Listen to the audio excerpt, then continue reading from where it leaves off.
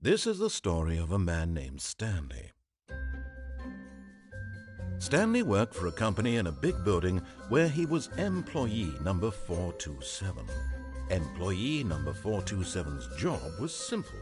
He sat at his desk in room 427 and he pushed buttons on a keyboard.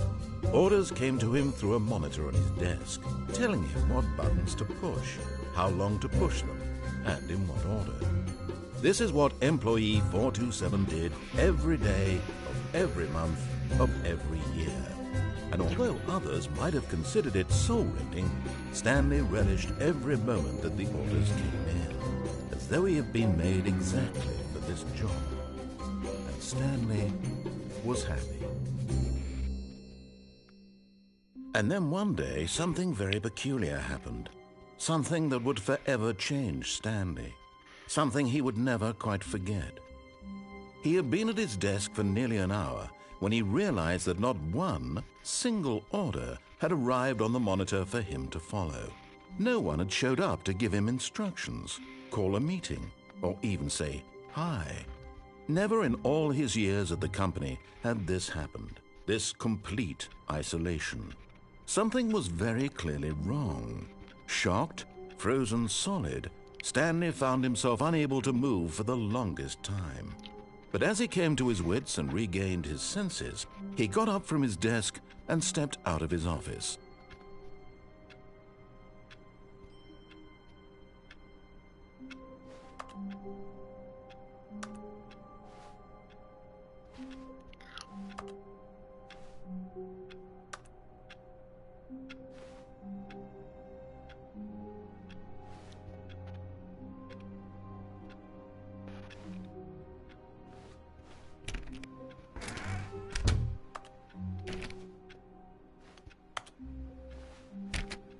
All of his co-workers were gone.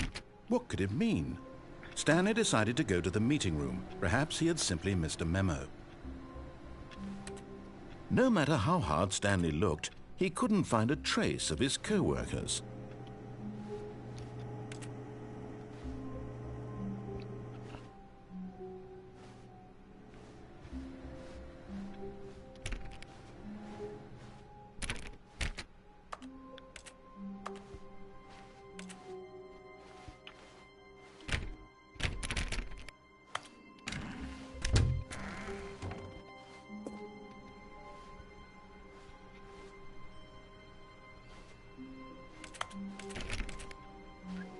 Stanley went around touching every little thing in the office, but it didn't make a single difference, nor did it advance the story in any way.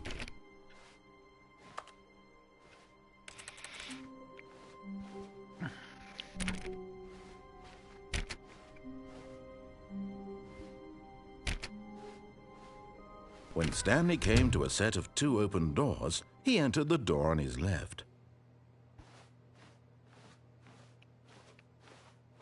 This was not the correct way to the meeting room, and Stanley knew it perfectly well. Perhaps he wanted to stop by the employee lounge first, just to admire it.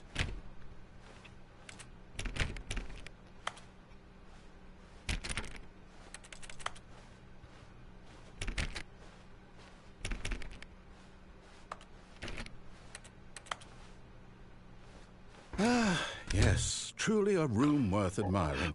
It had really been worth the detour after all, just to spend a few moments here in this immaculate, beautifully constructed room.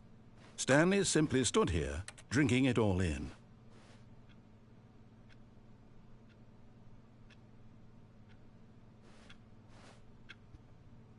Yes, really, really worth. But eager to get back to business, Stanley took the first open door on his left.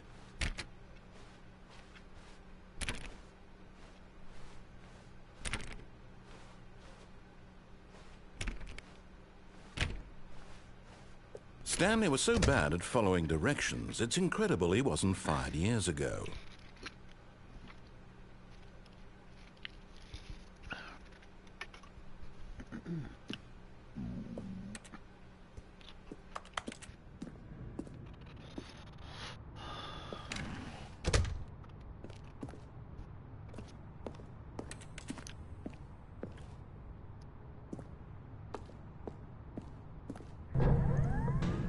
But in his eagerness to prove that he is in control of the story and no one gets to tell him what to do, Stanley leapt from the platform and plunged to his death. Good job, Stanley. Everyone thinks you are very powerful.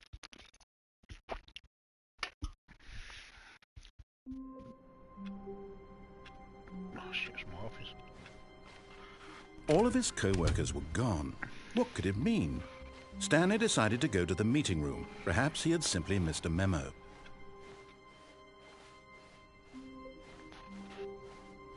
When Stanley came to a set of 2 open doors, this was not the correct way to the meeting room, and Stanley knew it perfectly well. Perhaps he wanted to stop by the employee lounge first, just to admire it. Wow, yes, this room. But eager to get back to business, Stanley took the first open door on his left. Stanley was so bad at following directions, it's incredible he wasn't fired years ago.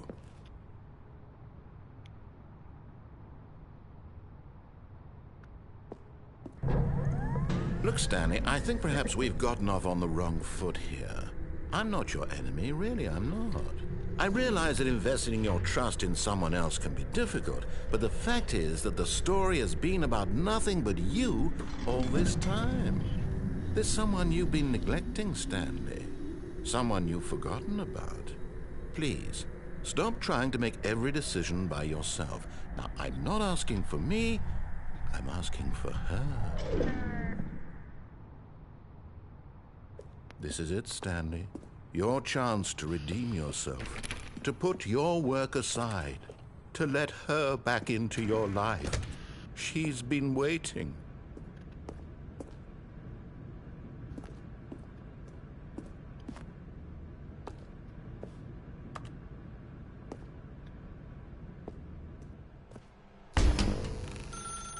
That's her, Stanley. You need to be the one to do this, to reach out to her. If you...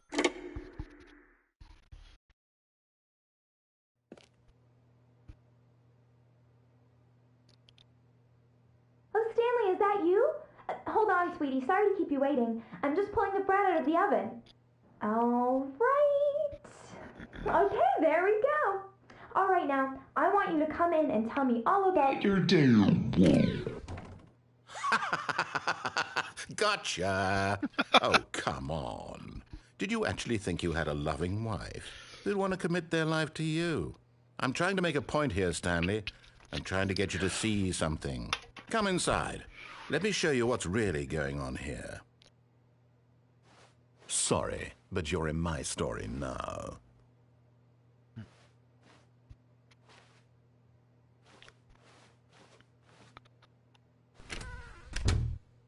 This is a very sad story about the death of a man named Stanley. What? Stanley is quite a boring fellow. He has a job that demands nothing of him, and every button that he pushes is a reminder of the inconsequential nature of his existence.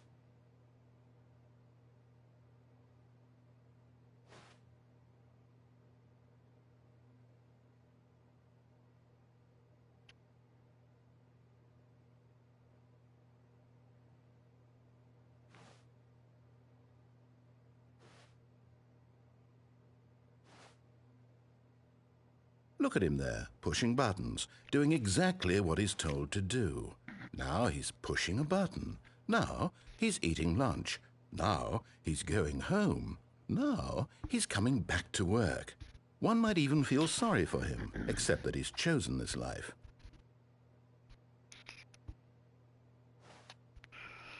But in his mind, in his mind, he can go on fantastic adventures. From behind his desk, Stanley dreamed of wild expeditions into the unknown, fantastic discoveries of new lands. It was wonderful. And each day that he returned to work was a reminder that none of it would ever happen to him.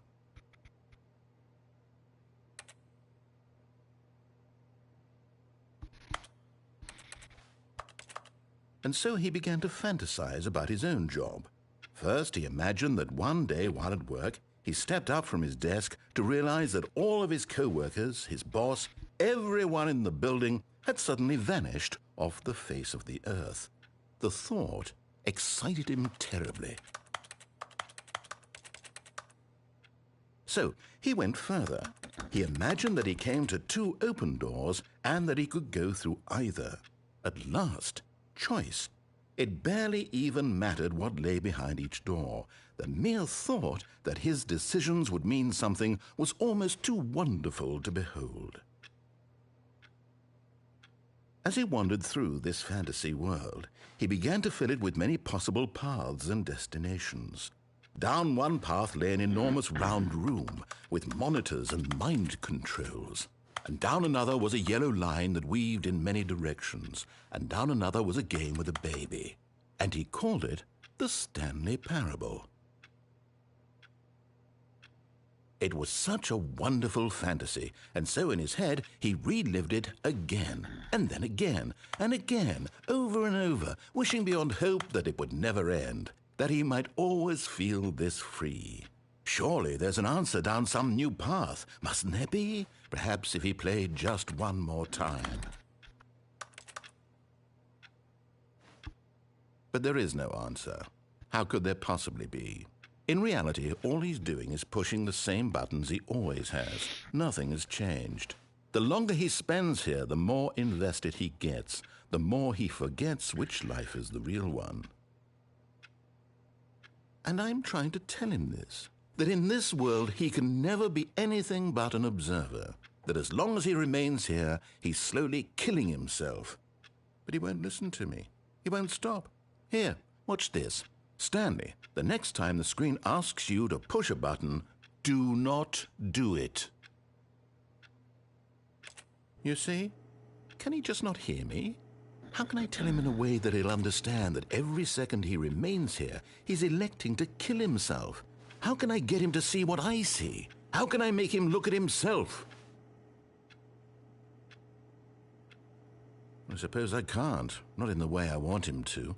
But I don't make the rules. I simply play to my intended purpose, the same as Stanley.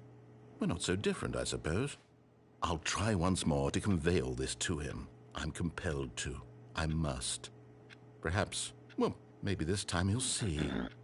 Maybe this time. And I tried again, and Stanley pushed a button. And I tried again, and Stanley pushed a button. And I tried...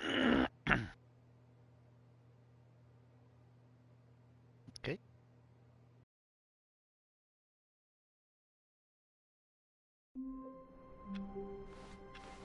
All of his co-workers were gone. What could it mean? Stanley decided to go to the meeting room. Perhaps he had simply missed a memo.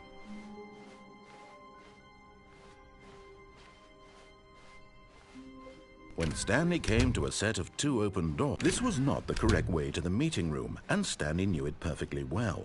Perhaps he wanted to stop by the employee lounge first, just to admire it. The lounge was sublime, a work of art. But eager to get back to business, Stanley took the first open door on his left. And so he detoured through the maintenance section, walked straight ahead to the opposite door, and got back on track.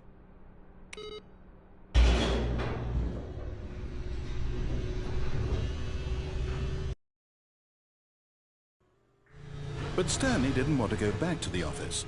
He wanted to wander about and get even further off track. So now in order to get back, he needed to go, from here it's, left. Oh, no, it's to the right, my mistake. No, not the right. Why would I have ever said it was to the right? What was I thinking? It's clearly... Oh dear, would you hold on for a minute, please? Now, let's see. We went down right, left, down, left, right. Yep, okay, yes. I've got it now. This story is absolutely, definitely this way.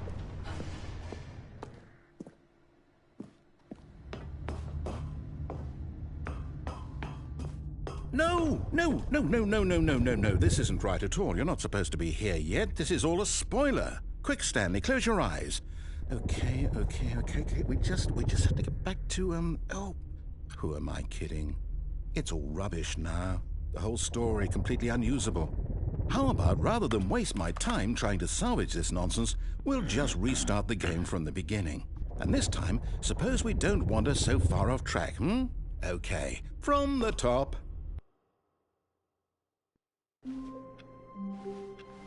All of his co-workers were gone.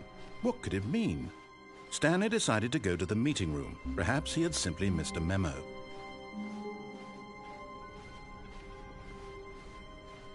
When Stanley... Wait, what? No, I restarted. I swear I definitely restarted the game over, completely fresh. Everything should be... Oh, did something change? Stanley, did you change anything when we were back in that room with all the monitors? Did you move the story somewhere or... Hold on. Why am I asking you? I'm the one who wrote the story. It was right here just a minute ago. I know for sure that it's here somewhere. Okay, then.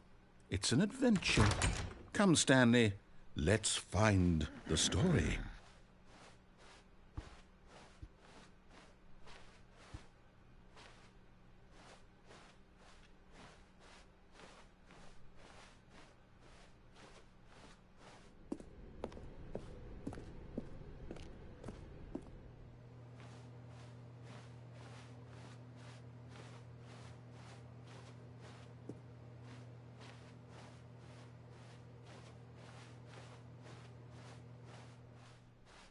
I'll say it. This is the worst adventure I've ever been on. I can promise you there definitely was a story here before. Do we need to restart the game again?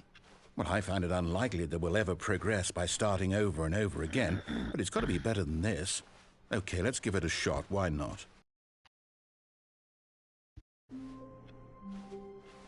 All of his co-workers were gone. What could it mean?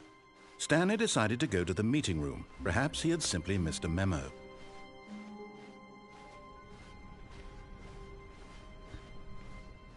Okay, yep, it's worse. I might be remembering this wrong. It's possible the story is back where we just came from. Why don't we go back the other direction and see if we missed anything?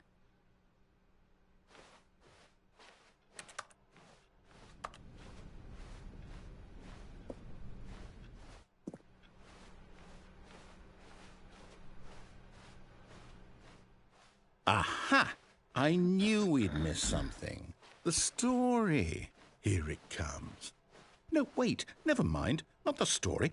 Okay, let's head back the other way and retrace our steps.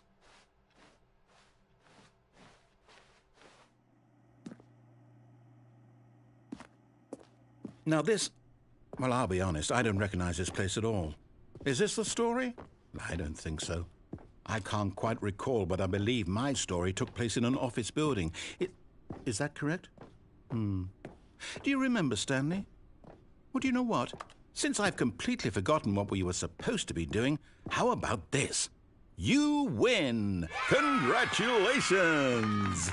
I know you put in a lot of hard work, and it really paid off, so good job. Oh, no. No, I don't feel right about this at all. We both know you didn't put in any actual work for that win. Some people win fair and square, and this was not one of those situations. Okay, I'm getting weirded out by whatever this place is. I don't care what might happen this time. I have to restart. All right, I've got a solution. This time, to make sure we don't get lost, I've employed the help of the Stanley Parable Adventure Line. Just follow the line. How simple is that?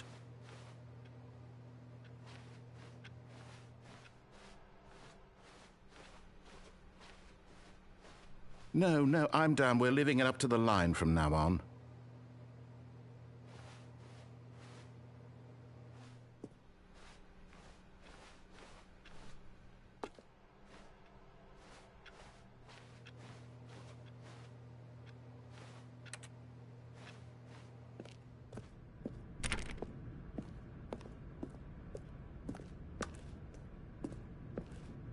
You see? The line knows where the story is. It's over in this direction.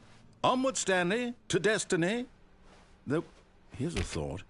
Wouldn't wherever we end up be our destination, even if there's no story there? Or to put it another way, is the story of no destination still a story? Simply by the act of moving forward, are we implying a journey such that a destination is inevitably conjured into being via the very manifestation of the nature of life itself? Okay, Stanley, I need to follow this train of thought for a minute. Just stick with me.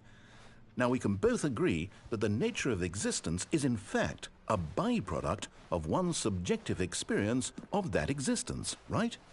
Okay. Now, if my experience of your existence rests inside of your subjective experience of this office, is this office, in fact, the skeleton of my own relative experiential mental subjective construct? Whoa, whoa, whoa, whoa, whoa. Hang on. That got a bit weird back there. Well, I'd like to apologize. Not sure where I was going with all that. You know what? I think what we need right now is a bit of music to lighten the mood.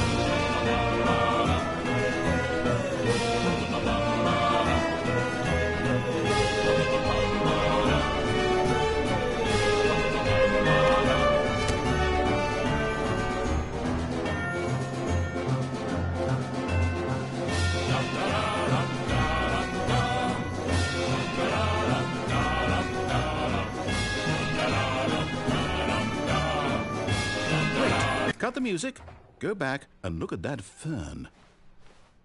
Stanley, this fern will be very important later in the story. Make sure you study it closely and remember it carefully. You won't want to miss anything.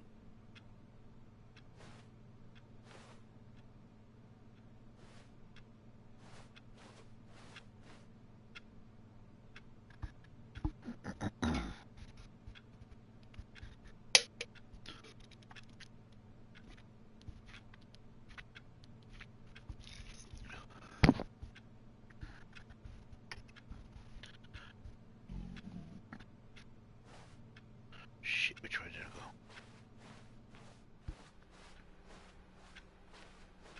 Wait, what? We're back at the office? No.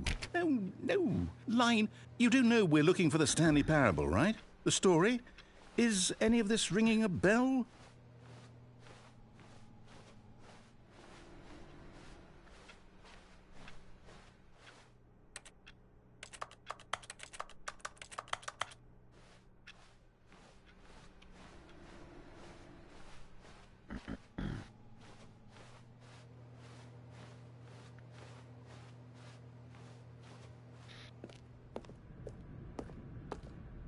Oh, no, not again, Line. How could you have done this to us? And after we trusted you, after everything we've been through, you...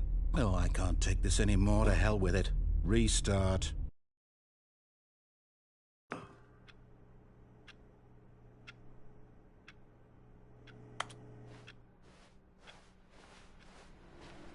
You know what, Stanley?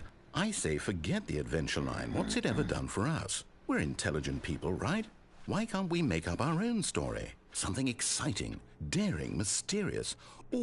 This all sounds perfectly doable. Why don't we simply start wandering in, well, I don't know. How about this direction?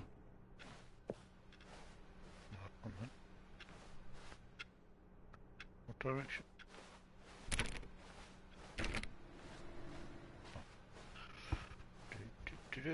Now, yes, this is exciting. Just me and Stanley forging a new path, a new story. Well, it could be anything.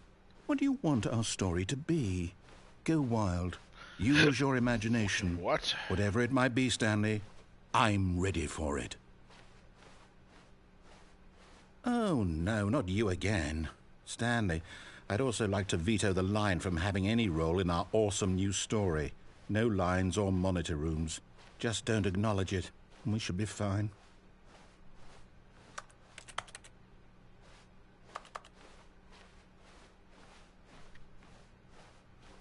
Ah, a choice. We get to make a decision. From here, the story is in our control. How important we mustn't squander the opportunity. In fact, I believe I need a minute to think here. Just walk in circles for a minute. Okay, so I know that each door has to lead somewhere, which means that somewhere at the place where we're trying to go, there must be a reverse door that leads here. And that in turn means that our destination corresponds with the counter-inverted reverse door's origin. So starting from the right, let us ask, will taking the right door lead us to where we're going?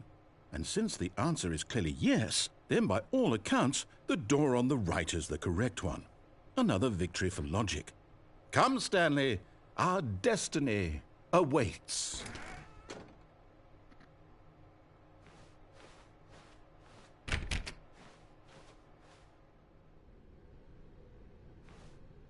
Oh, hold up, what's this?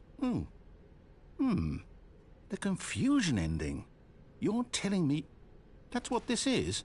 It's all one giant ending? And we're supposed to restart the game, what, eight times? That's really how all this goes? It's all determined? So now, according to the schedule, I restart again. Then what? Am I just supposed to forget? Well, what if I don't want to forget?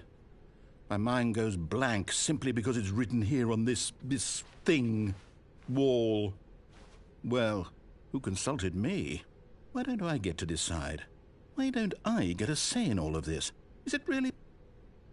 No, it can't be. I don't want it to be. I don't want the game to keep restarting. I don't want to forget what's going on. I don't want to be trapped like this. I won't restart the game. I won't do it. I won't do it. I won't do it. And the timer stopped? Does that mean, did we do it?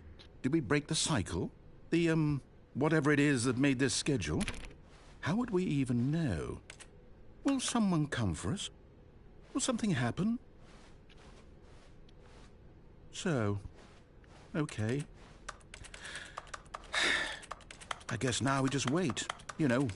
I suppose in some way that this is a kind of story, wouldn't you agree? I'm not quite sure if we're in the destination or the journey, though they're always saying that life is about the journey and not the destination, so I hope that's where we are right now. We'll find out, won't we? Eventually. Well, in the meantime, if you... What the fuck?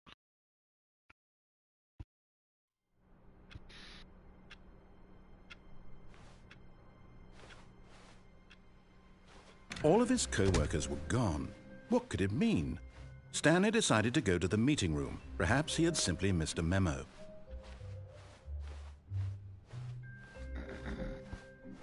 When Stanley came to a set of 2 open doors, this was not the correct way to the meeting room, and Stanley knew it perfectly well. Perhaps he wanted to stop by the employee lounge first, just to admire it. Standing now in this incredible room, Stanley for the first time understood true happiness. But eager to get back to business, Stanley took the first open door on his left. Stanley was so bad at following directions, it's incredible he wasn't fired years ago. Look, Stanley, I think perhaps we've gotten off on the wrong foot here. I'm not your enemy, really, I'm not. I realize that investing your trust in someone else can be difficult, but the fact is that the story has been about... But in his eagerness to prove that he is in control of the story and no one gets to tell him what to do, Stanley leapt from the platform and plunged to his death. Good job, Stanley. Everyone thinks you are very powerful. Didn't mean that one. Wait, Stanley thought to himself. Am I sure that the orders stopped coming in? How is that possible? They never stopped. Surely I was mistaken. When Stanley came to a set of 2 open doors, this was not the correct way to the meeting room, and Stanley knew it perfectly well. Perhaps he wanted to stop by the employee lounge first, just to admire it. Stanley felt lightheaded, butterflies in his stomach. Giddy but eager to get back to business, Stanley took the first open door on his left. Stanley was so bad at following directions, it's incredible he wasn't fired years ago. Look, Stanley, I think perhaps we've gotten off on the wrong foot here. I'm not your enemy, really, I'm not. I realize that investing your trust in someone else can be difficult, but the fact is that the story has been about nothing but you all this time. There's someone you've been neglecting, Stanley. Someone you've forgotten about. Please, stop trying to make every decision by yourself. Now, I'm not asking for me. I'm asking for... This is it, Stanley. Your chance to redeem yourself. To put your work aside. To let her back into your life. She's been waiting. That's her, Stanley. You need to be the one to do this. To reach out to her. If you can truly place your faith in another, then pick...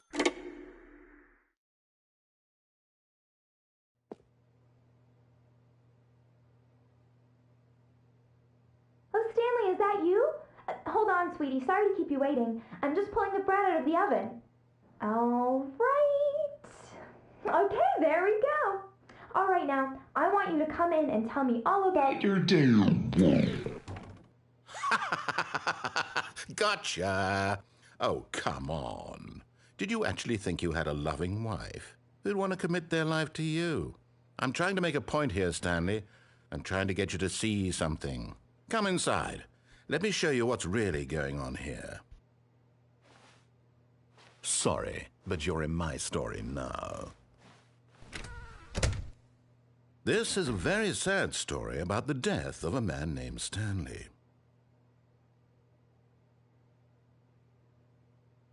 Stanley is quite a boring fellow. He has a job that demands nothing of him, and every button that he pushes is a reminder of the inconsequential nature of his existence. Look at him there, pushing buttons, doing exactly what he's told to do.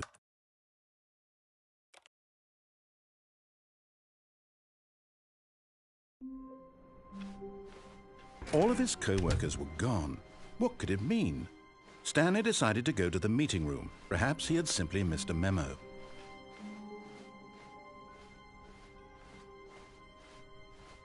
When Stanley came to a set of 2 open doors, he entered the door on his left.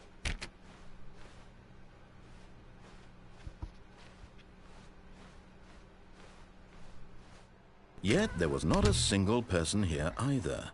Feeling a wave of disbelief, Stanley decided to go up to his boss's office, hoping he might find an answer there.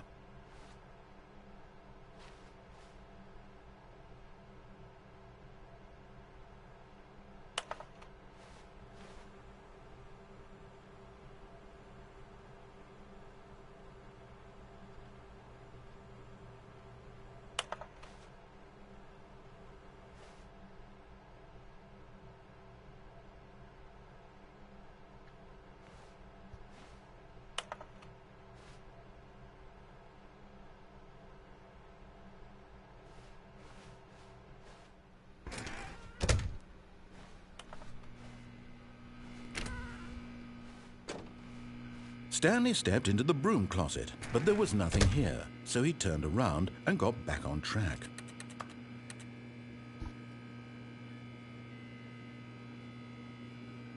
There was nothing here. No choice to make, no path to follow, just an empty broom closet. No reason to still be here.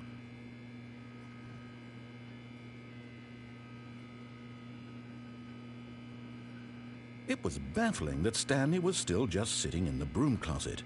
He wasn't even doing anything. At least if there was something to interact with, he'd be justified in some way. As it is, he's literally just standing there doing sweet FA.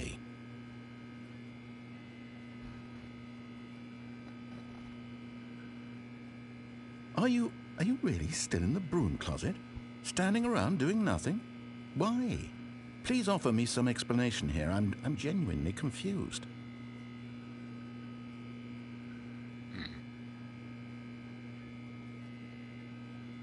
You do realize there's no choice or anything in here, right? If I'd said Stanley walked past the broom closet, at least you would have had a reason for exploring it to find out. but it didn't even occur to me because literally this closet is of absolutely no significance to the story whatsoever. I never would have thought to mention it.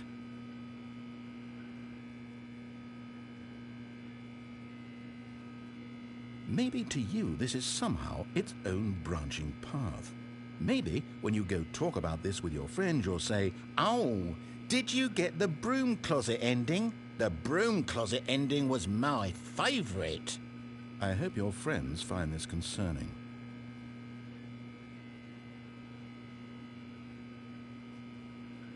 Stanley was fat and ugly and really, really stupid. He probably only got the job because of a family connection. That's how stupid he is. That or with drug money. Also, Stanley is addicted to drugs and hookers.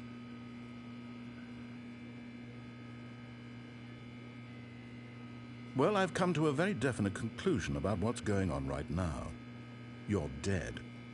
You got to this broom closet, explored it a bit, and were just about to leave because there's nothing here, when a physical malady of some sort shut down your central nervous system and you collapsed in front of your screen.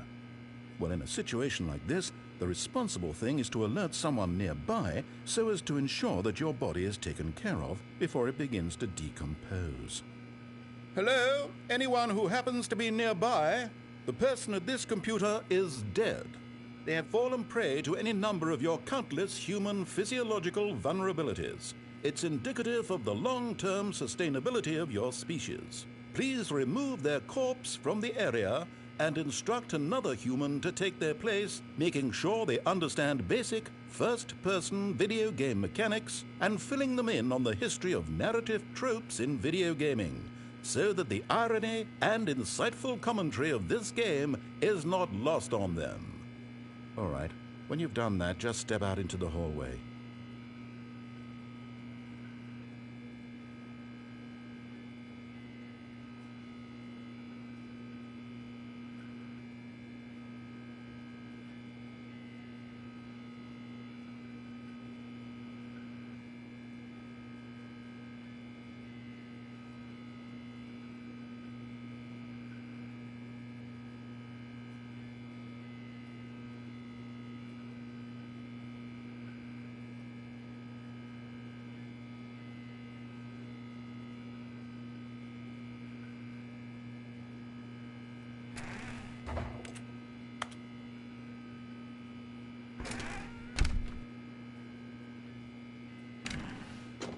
Ah, second player. It's good to have you too.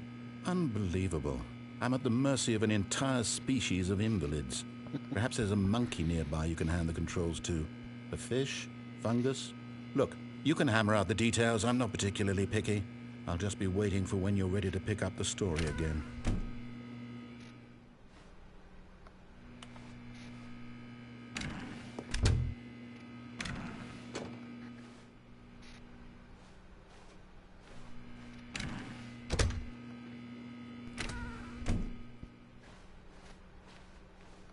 Coming to a staircase, Stanley walked upstairs to his boss's office.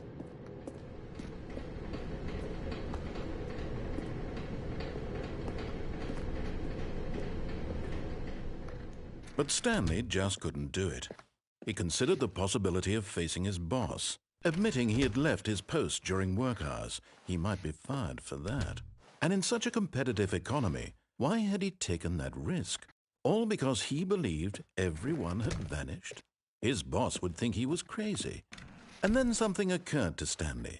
Maybe, he thought to himself, maybe I am crazy. All of my co-workers blinking mysteriously out of existence in a single moment for no reason at all? None of it made any logical sense. And as Stanley pondered this, he began to make other strange observations. For example, why couldn't he see his feet when he looked down? Why did doors close automatically behind him wherever he went? And for that matter, these rooms were starting to look pretty familiar. Were they simply repeating? No, Stanley said to himself, this is all too strange. This can't be real. And at last, he came to the conclusion that had been on the tip of his tongue. He just hadn't found the words for it. "I'm dreaming!" he yelled. "This is all a dream." Oh, what a relief Stanley felt to have finally found an answer, an explanation His co-workers weren't actually gone. He wasn't going to lose his job. He wasn't crazy after all. And he thought to himself, I suppose I'll wake up soon. I'll have to go back to my boring real-life job pushing buttons. I may as well enjoy this while I'm still lucid. So he imagined himself flying and began to gently float above the ground. Then he imagined himself soaring through space on a magical starfield, and it too appeared. It was so much fun, and Stanley marveled that he had still not woken up. How was he remaining so lucid? And then perhaps the strangest question of them all entered Stanley's head. One he was amazed he hadn't asked himself sooner. Why is there a voice in my head dictating everything that I'm doing and thinking? Now the voice was describing itself being considered by Stanley, who found it particularly strange. I'm dreaming about a voice describing me, thinking about how it's describing my thoughts, he thought. And while he thought it all very odd and wondered if this voice spoke to all people in their dreams, the truth was that, of course, this was not a dream. How could it be? Was Stanley simply deceiving himself, believing that if he's asleep, he doesn't have to take responsibility for himself? Stanley is as awake right now as he's ever been in his life. Now, hearing the voice speak these words was quite a shock to Stanley. After all, he knew for certain, beyond a doubt, that this was in fact a dream. Did the voice not see him float and make the magical stars just a moment ago? How else would the voice explain all that? This voice was a part of himself too. Surely, if he could just... He would prove it. He would prove that he was in control, that this was a dream. So he closed his eyes gently, and he invited himself to wake up. He felt the cool weight of the blanket on his skin, the press of the mattress on his back, the fresh air of a world outside this one. Let me wake up, he thought to himself. I'm through with this dream. I wish it to be over.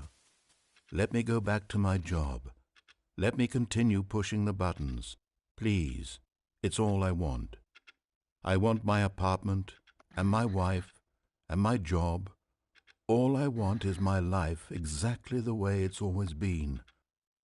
My life is normal. I am normal. Everything will be fine. I am okay.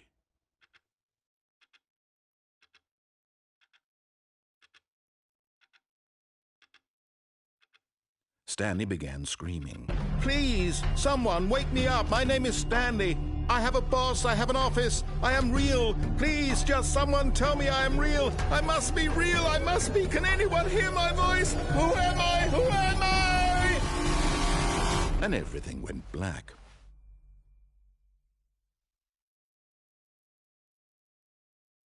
This is the story of a woman named Mariella. What? Mariella woke up on a day like any other. She arose, got dressed, gathered her belongings, and walked to her place of work. But on this particular day, her walk was interrupted by the body of a man who had stumbled through town talking and screaming to himself, and then collapsed dead on the sidewalk. And although she would soon turn to go call for an ambulance, for just a few brief moments she considered the strange man. He was obviously crazy, this much she knew. Everyone knows what crazy people look like. And in that moment, she thought to herself how lucky she was to be normal. I am sane. I am in control of my mind. I know what is real and what isn't.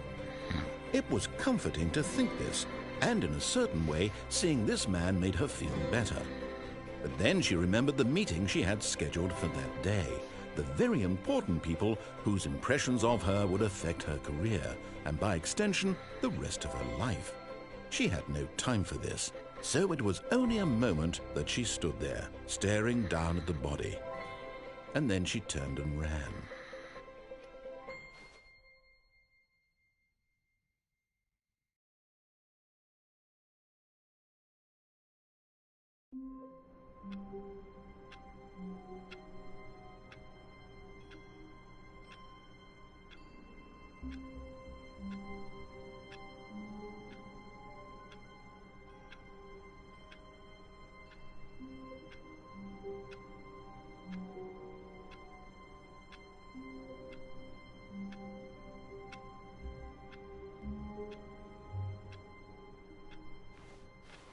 Already this was uncomfortable, and Stanley decided that as soon as he found a new space he felt safe in, that he would never leave it again in his life.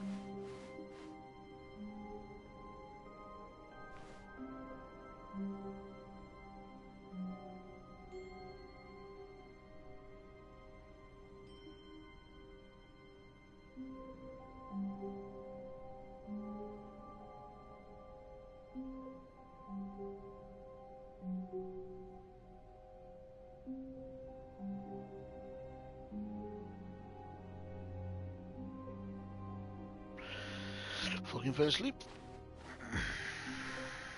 When Stanley came to a set of 2 open doors, he entered the door on his left.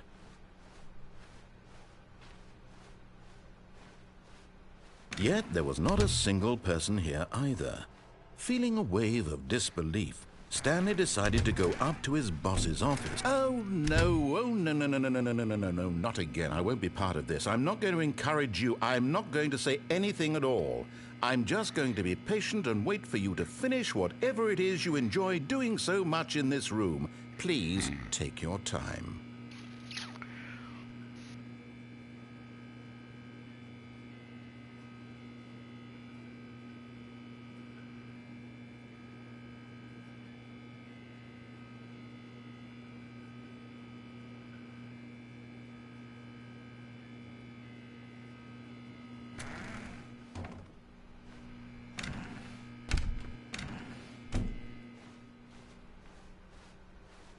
Coming to a staircase, Stanley walked upstairs to his boss's office.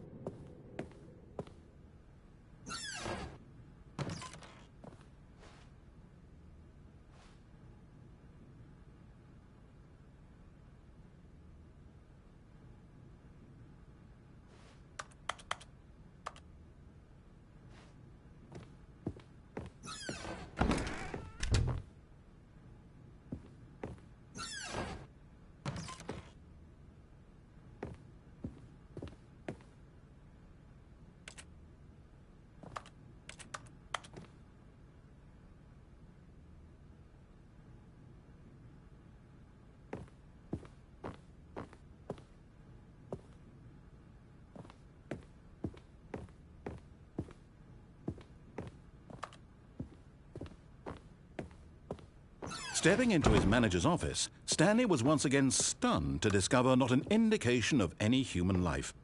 Shocked, unraveled, Stanley wondered in disbelief who orchestrated this. What dark secret was being held from him? What he could not have known was that the keypad behind the boss's desk guarded the terrible truth that his boss had been keeping from him. And so the boss had assigned it an extra secret PIN number, 2845. But of course, Stanley couldn't possibly have known this.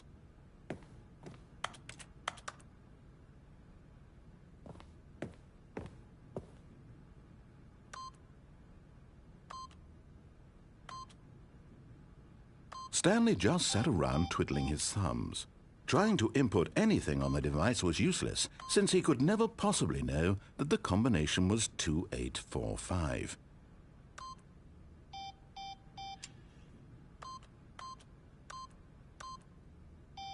Two, 845.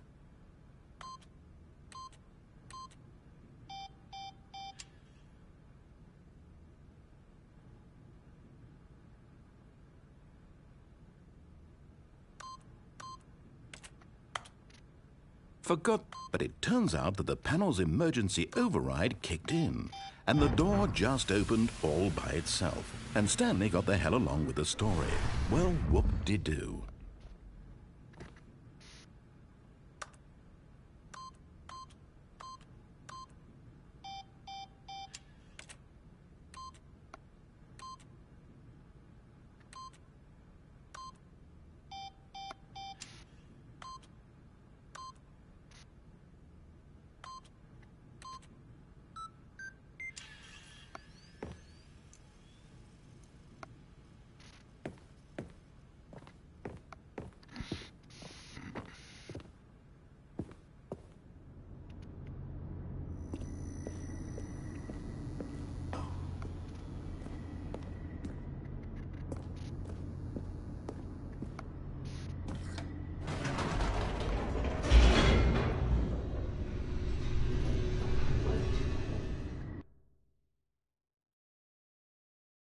Descending deeper into the building, Stanley realized he felt a bit peculiar.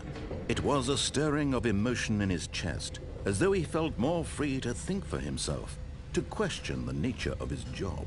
Why did he feel this now, when for years it had never occurred to him? This question would not go unanswered for long.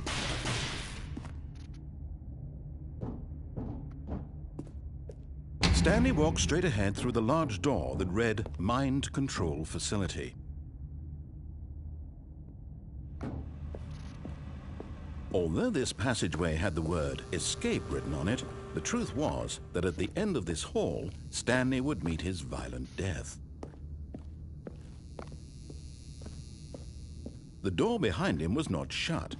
Stanley still had every opportunity to turn around and get back on track. At this point, Stanley was making a conscious, concerted effort to walk forward and willingly confront his death.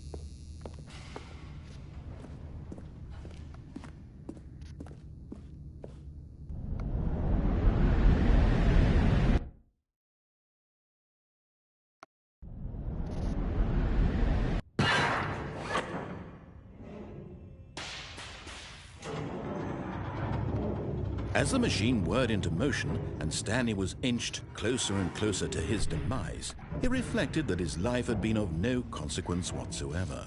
Stanley can't see the bigger picture. He doesn't know the real story, trapped forever in his narrow vision of what this world is. Perhaps his death was of no great loss, like plucking the eyeballs from a blind man. And so he resigned and willingly accepted this violent end to his brief and shallow life. Farewell, Stanley.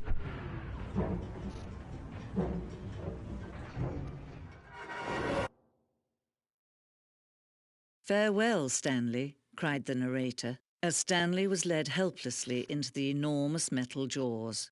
In a single visceral instant, Stanley was obliterated as the machine crushed every bone in his body, killing him instantly.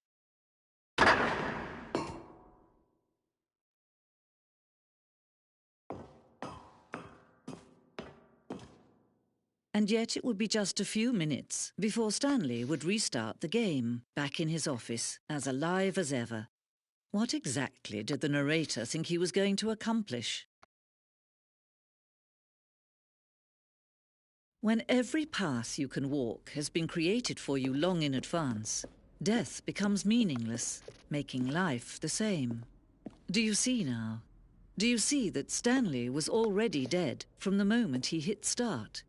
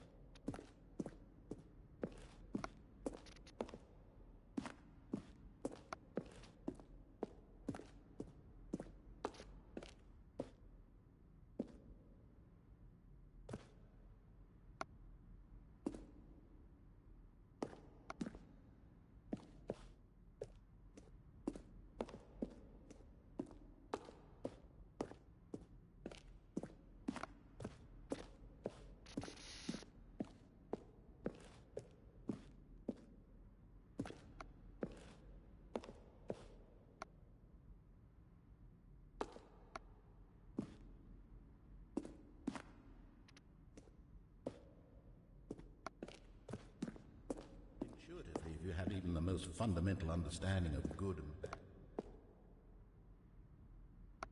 The next hour trying to solve it. Here, I'm just going to make this easy on you. Walked over the bridge. And finally, he pushed the number 9. Where were all of his co-workers? Oh, I don't know. How about they're throwing a surprise party for him? Stanley walked over the bridge. Does that sound plausible to you? Then he pushed them.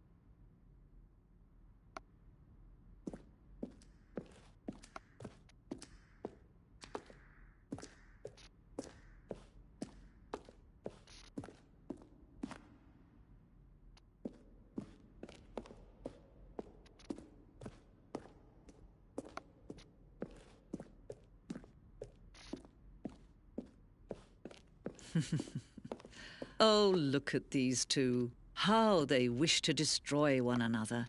how they wish to control one another, how they both wish to be free. Can you see? Can you see how much they need one another? No, perhaps not. Sometimes these things cannot be seen. But listen to me. You can still save these two. You can stop the program before they both fail. Turn off your PlayStation. There's no other way to beat this game. As long as you move forward, you'll be walking someone else's path. Stop now and it'll be your only true choice. Whatever you do, choose it. Don't let time choose for you. Don't let...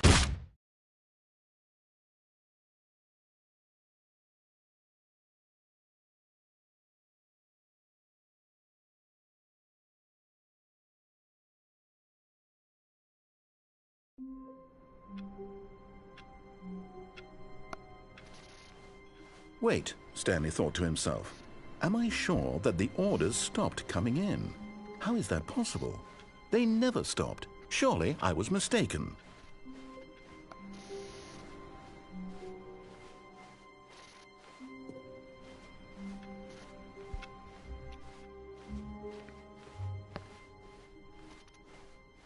When Stanley came to a set of 2 open doors, he entered the door on his left.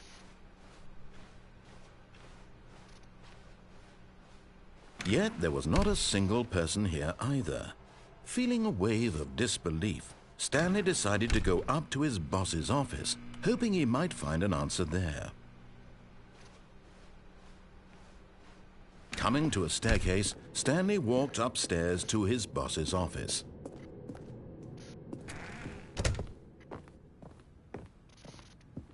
Stepping into his manager's office, Stanley was once again stunned to discover not an indication of any human life. What could it mean? Stanley was in such a rush to get through the story as quickly as possible, he didn't even have a single minute to just let the narrator talk. That kind of anxiety isn't healthy, so he relaxed for a few moments with some calming New Age music.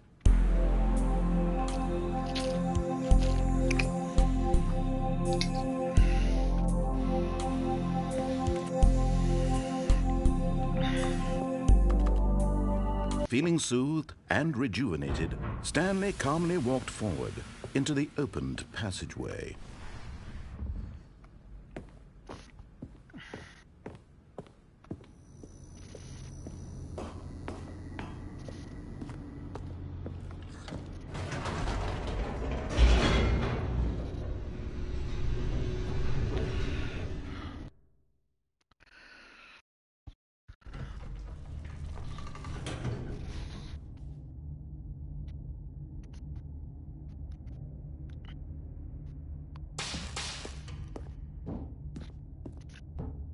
Stanley walked straight ahead through the large door that read Mind Control Facility.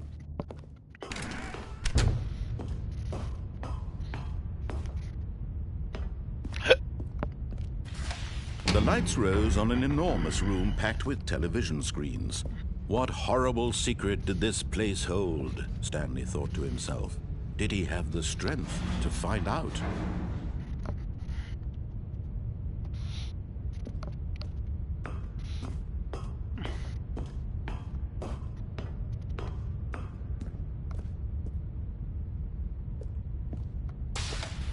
Now the monitors jumped to life, their true nature revealed. Each bore the number of an employee in the building, Stanley's co-workers. The lives of so many individuals reduced to images on a screen, and Stanley, one of them, eternally monitored in this place where freedom meant nothing.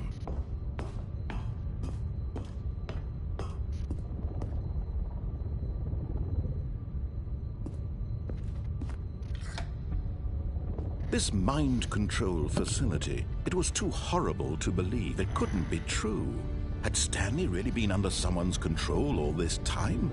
Was this the only reason he was happy with his boring job? That his emotions had been manipulated to accept it blindly?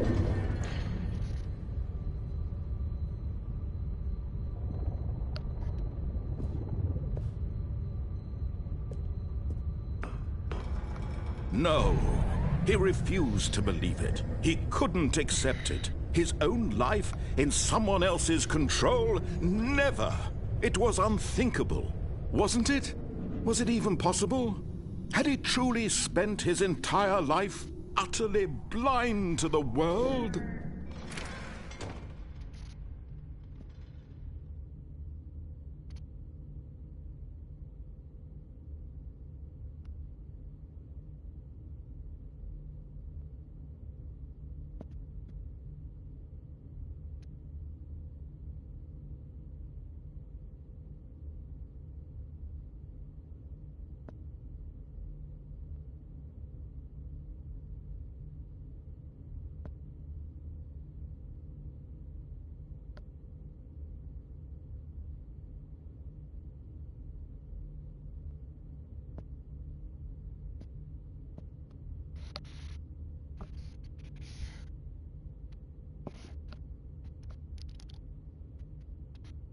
But here was the proof, the heart of the operation. Controls labeled with emotions, happy or sad or content. Walking, eating, working, all of it monitored and commanded from this very place. And as the cold reality of his past began to sink in, Stanley decided that this machinery would never again exert its terrible power over another human life. For he would dismantle the controls once and for all.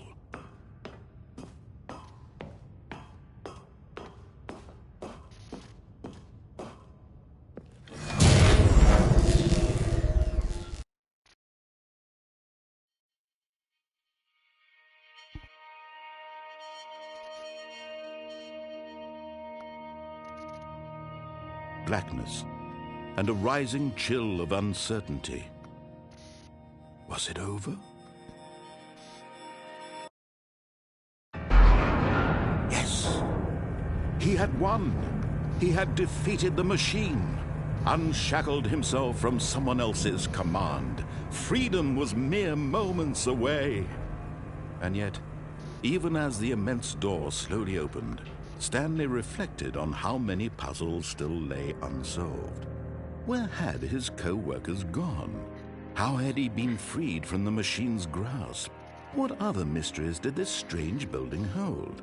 But as sunlight streamed into the chamber, he realized none of this mattered to him, for it was not knowledge or even power that he had been seeking, but happiness. Perhaps his goal had not been to understand, but to let go. No longer would anyone tell him where to go, what to do, or how to feel. Whatever life he lives, it will be his. And that was all he needed to know.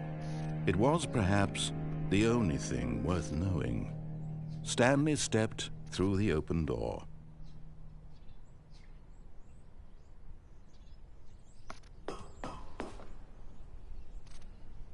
Stanley felt the cool breeze upon his skin, the feeling of liberation, the immense possibility of the new path before him.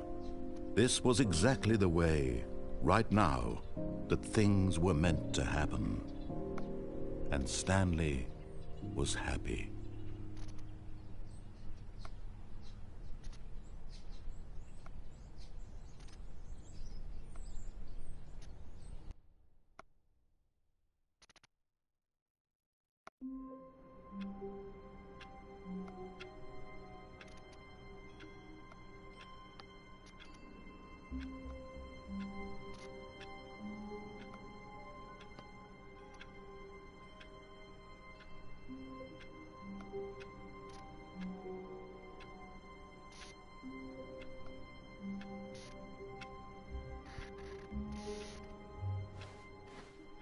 Even now, Stanley's office was a distant memory.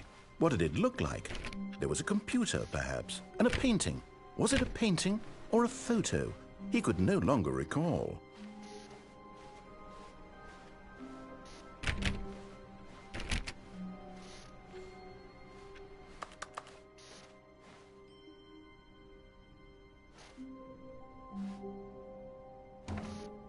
Oh, new content? What does that mean, new content?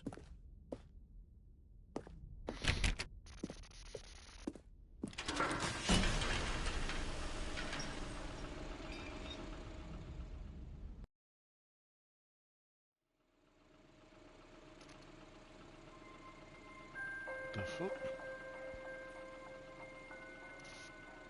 Hello, and thank you for playing the Stanley Parable Ultra Deluxe.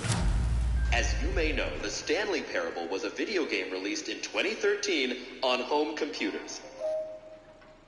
After receiving critical and commercial success, it was expanded upon in 2022 with the Stanley Parable Ultra Deluxe, a reimagining of the game for consoles and home computers.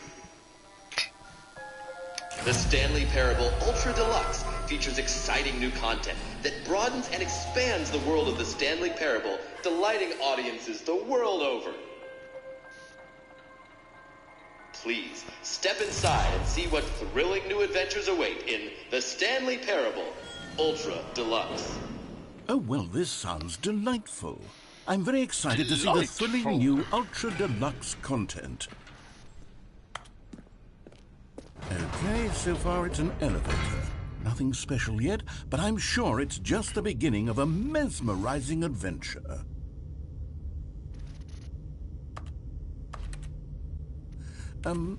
Is it broken? What's going on here? Should we be moving somewhere or... Oh, there we go. All right, finally, at long last, it's on to the new content. I've never been more ready. Let's do it.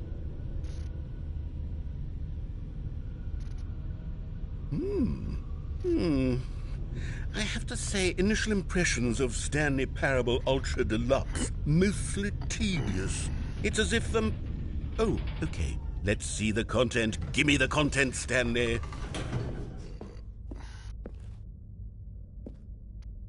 All right, let's see. It's the jump circle.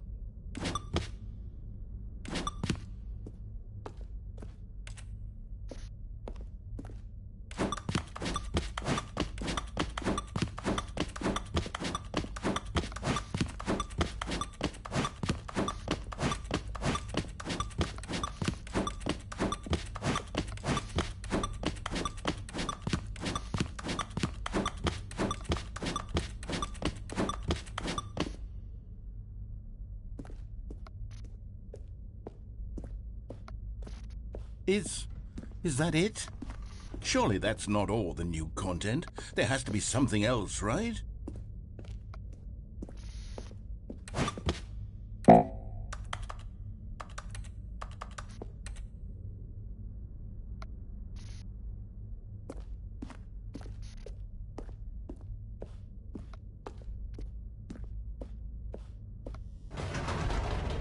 Goodness. Another elevator. Stanley, I have to say, initial impressions of this game are not positive. It's just elevators and jumping. Is this what passes for exciting new content? If this is new content, then I could just read you the whole dictionary. There's 20 hours of new content right there. Hell, I could count to 30 trillion. You could put that on the box. The Stanley Parable Ultra Deluxe, now with over 1,000 hours of new content. And oh, wait. There's more. Very good. Yes. I knew there had to be something else. Let's see it. I'm ready for whatever it is. That's it? Oh, you've got to be kidding me. You see, Stanley? This is what happens when greedy video game developers with no respect for their fan base rush a cheap expansion to market for no reason other than to make an easy dollar. And don't get me started on the level of craftsmanship that's gone into it. In fact, I'm looking right now at the game's trophies, and it's hard to believe one of them actually says, "Test trophy, please ignore." What quality assurance department signed off on this? I'm infuriated and I'm offended, and I intend to find these people on Twitter and hold them personally accountable. It's my fault, Stanley. I built up too much anticipation around the new content, I'm afraid. It could never have lived up to such expectations. If you're still with me, why don't we just reset the game, and we'll try to get back to what the Stanley Parable is really about. No frills, no gimmicks. Just you and me having a great time together like always. What do you say, friend?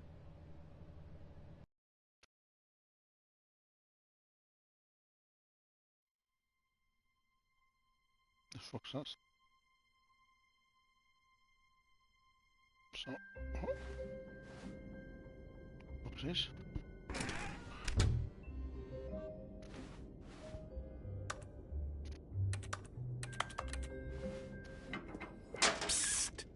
Stanley, come over here. In the vent. I want to show you something. Oh, you don't want to see the cool surprise I made for you? Well, fine. You're a dork anyway, so who cares? Oh, never mind. You're not a dork.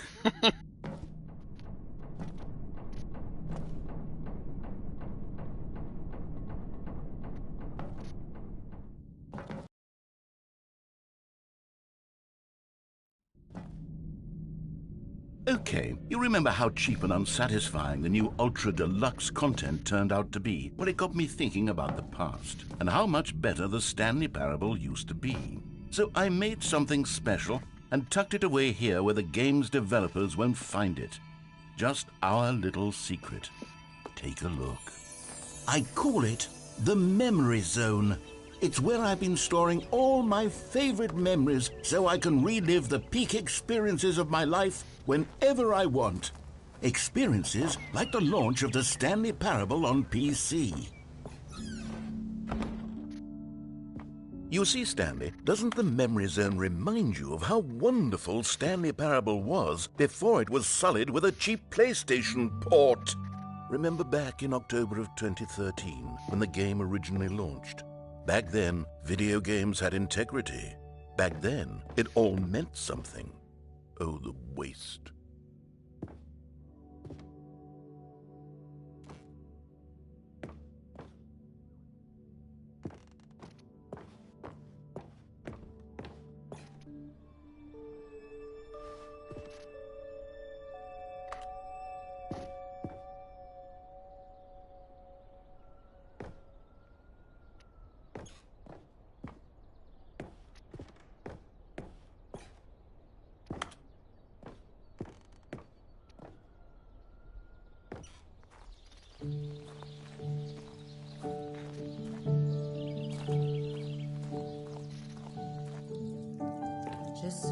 And over here is where I keep reviews of the Stanley Parable. Like this stunning triumph of games journalism, 10 out of 10 from Destructoid.com. James Stephanie Sterling writes, and I quote, "Where so many games that aspire to be more than games end up less than any form of art, Stanley Parable strives and then succeeds to be every game ever created." Did you hear that, Stanley? Every game ever created. That's how grand and all-encompassing the original Stanley Parable was.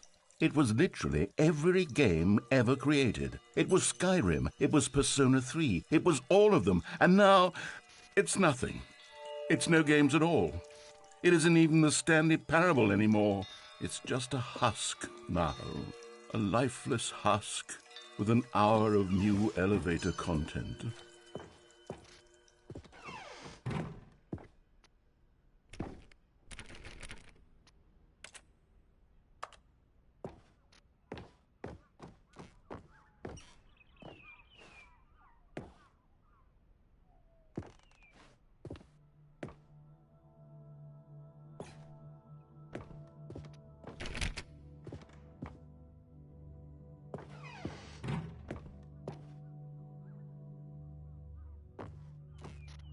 Here's another moving passage, this time from GameSpot.com. The Stanley Parable is both a richly stimulating commentary on the nature of choice in games and one that offers some of the most enjoyable, surprising, and rewarding choices I've ever been confronted with in a game. 9 out of 10. Don't you get it, Stanley? The game was perfect. It didn't need anything else. It didn't need new content. All they had to do was transport it in pristine condition along to the PlayStation, boom, done. And they couldn't even do that. Couldn't resist the urge to go meddling with a beloved franchise.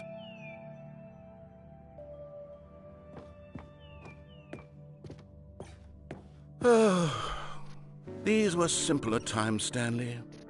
But I wouldn't give to go back to have it all over again. Wait, hang on. I don't recall this part of the Memory Zone before. What's this? What's down here? Oh, no. Oh, God, no, Stanley. It's a collection of reviews from Pressurized Gas, the extremely popular online storefront for computer games. I haven't looked at these in years. I can't even imagine what's been collecting down here. Surely these reviews were glowing as well, weren't they? Honestly, I could not be bothered to play this game to full completion. The narrator is obnoxious and unfunny, with his humor and dialogue proving to be more irritating than entertaining. Unfunny? I'm not trying to be funny. I'm trying to make a serious work of art. I suppose I could write up a handful of gags to insert into the Stanley Parable, but the game is already such a densely layered web of profound philosophical insights that I can't even imagine where I'd have the room to stick them.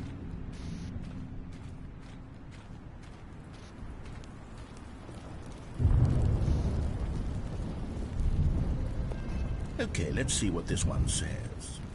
While the idea for the game is good, for someone who prefers non-linear games, this preachiness gets annoying fast. Preachy? Stanley? I'm not preachy, am I?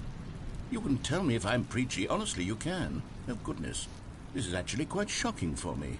Well, to be honest, I had always thought of the game's dialogue as being rather terse to begin with. You can't know how much fluff I cut from the game to get it to feel as light and airy as it... Well, I always thought it did. But maybe it wasn't. Oh dear. What an awful memory to have to hold on to. These black marks on my otherwise unimpeachable track record. I feel like a failure.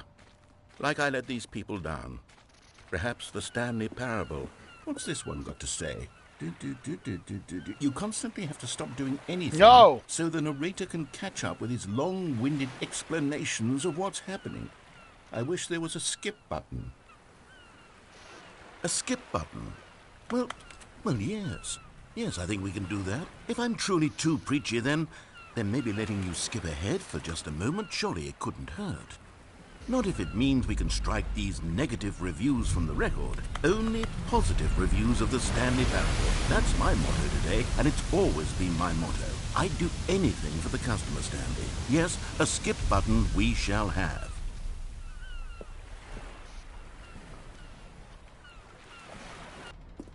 And here it is. Go ahead.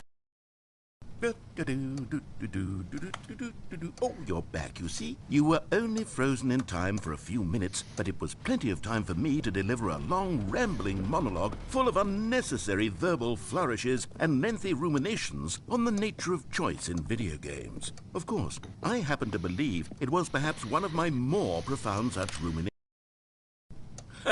Well there, sport. You really did catch me rambling on a bit, didn't you? But that's the power of the button.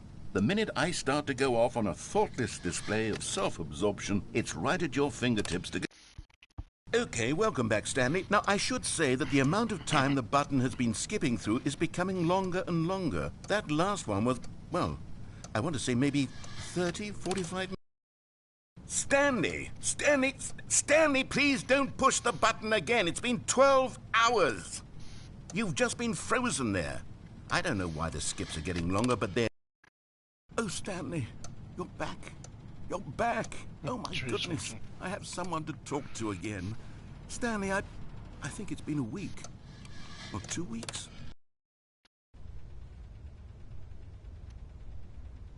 Oh, hello. It's you. You're here again. Welcome. I have had time to think about you and about us and about everything we've been through. I've had so much time, I stopped keeping track after a year. Have you ever sat down in one place and not moved for one entire year? Let me describe it for you. To begin with,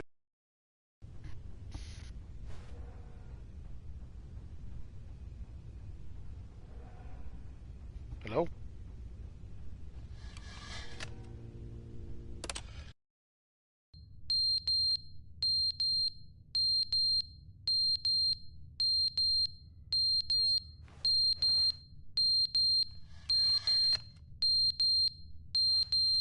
Clock solo.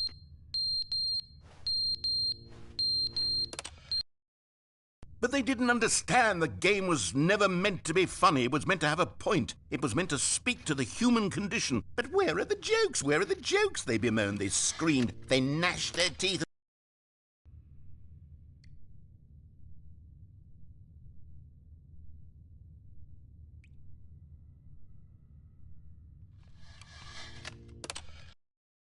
The end is never the end, is never the end, is never the end, is never the end, is never the end, is never the end, is never the end, is never the end, is never the end, is never the end.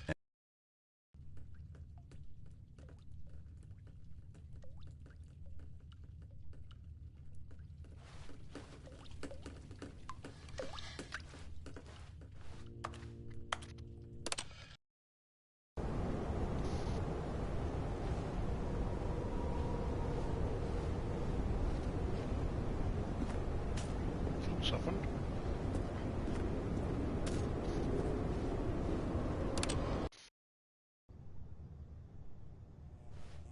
Oh.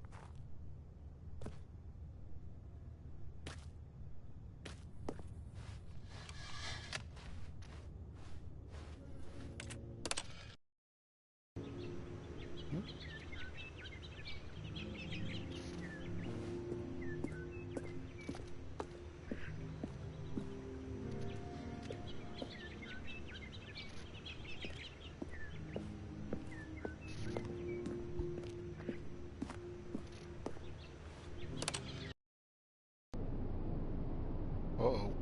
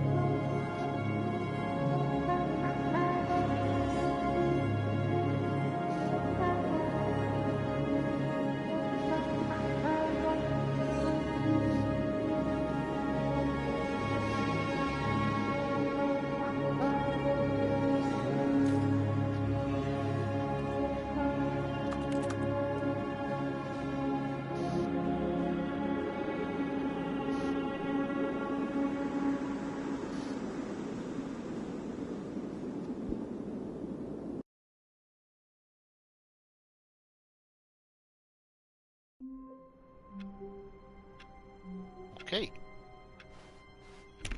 All of his co-workers were gone. What could it mean? Stanley decided to go to the meeting room. Perhaps he had simply missed a memo. Oh, no new content. Oh, good. You noticed my sign. Yes, I have something very exciting to show you.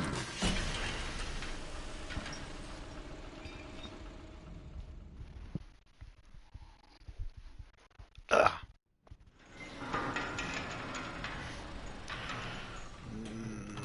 That's not what I went for. What does it mean? You see, Stanley, I've been reflecting on the Stanley Parable and about how roundly disappointing this ultra-deluxe version has turned out to be. The original Stanley Parable was a landmark, and any new content for it should live up to that legacy. So forget this ultra-deluxe nonsense. I say we take it one step even further. Which is why I'm very proud to announce for the first time ever, the Stanley Parable 2.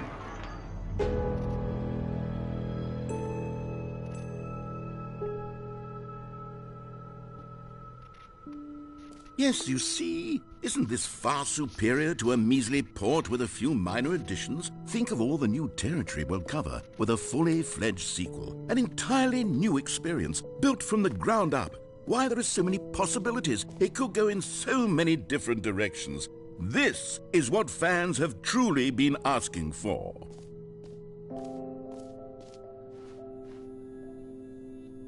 Calling it the Stanley Parable 2 is just so much catchier than Ultra Deluxe, don't you think? Ultra Deluxe? What does it even mean? But the Stanley Parable 2, now yeah. That's an artistic statement right there.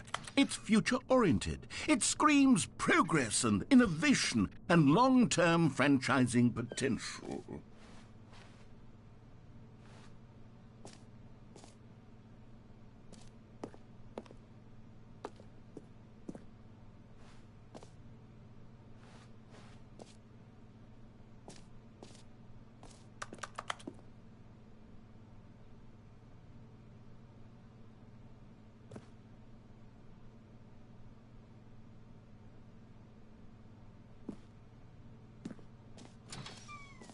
Now, to be clear, I haven't quite nailed down what exactly the Stanley Parable 2 is going to be, but let's take a look at some of the features I've been developing for it. I figure that if I can loosely organize a handful of interesting concepts, that surely the game will sort of naturally spring up around them. It'll all work itself out. Game development is much more of a fuzzy magic than anything scientific or logical, really. Here we are. Go on, try out some of the new features.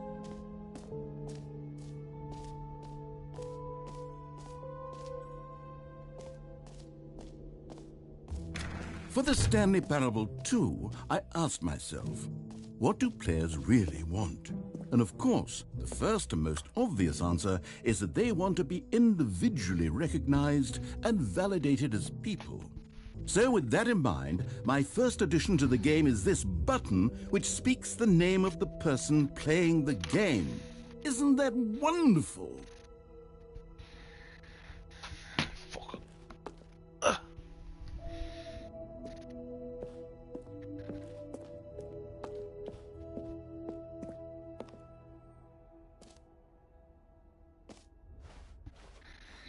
Jim. Sorry, I should have clarified. Right now, the button only says the name Jim. But of course, in the final game, this button will say your name, whatever name that is. My name Here, is Jim. let's have you role-play as Jim to really simulate the full experience of this feature. Just play along. I promise you'll love it. Okay, here we go. Let's take a deep breath, clear your mind, forget whoever you are, and simply become a person named Jim. I want you to imagine yourself living as Jim, sleeping and waking as Jim, falling in love and being heartbroken as Jim, seizing all of the world's possibilities as Jim, and as Jim watching your dreams crumble into dust. Do you feel it deeply? Are you really, truly Jim right now? If so, then please step forward and press the button. Jim. Yes! You see? What a thrill! What a rush! That was you! The button described you. Do it again. Do it again. Jim. Ooh, it hits even harder the second time. If this were the only new feature in the Stanley Parable 2, it would still be worth the money.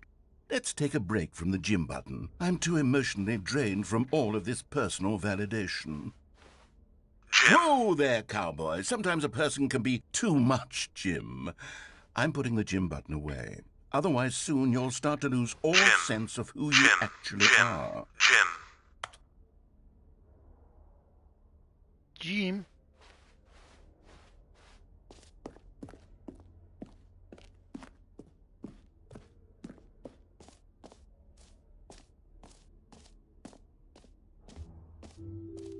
I suppose I could allow only people named Jim to play the Stanley.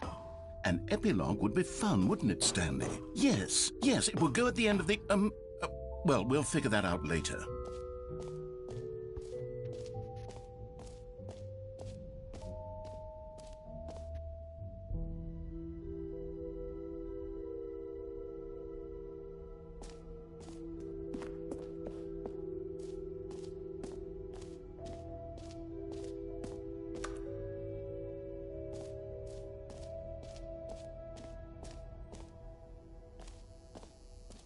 Now, here's something special. You remember that broken test trophy that got left in the game on accident? Well, I'm developing a technology to simply give you the trophy. Yes, you see, you're... Okay, perhaps I should have clarified. This is technology that will exist.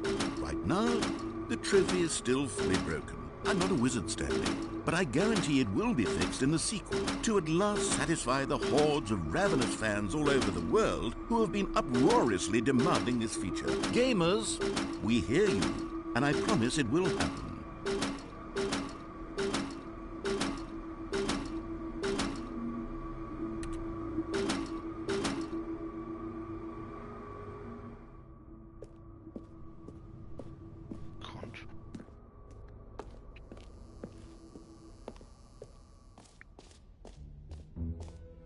What else? What other exhibits haven't we seen yet? Fucking loads. You know what? Let's bring the jump circle back for Stanley Parable 2 as well. It's... Oh, wait. You already spent all your jumps the first time we saw the jump circle.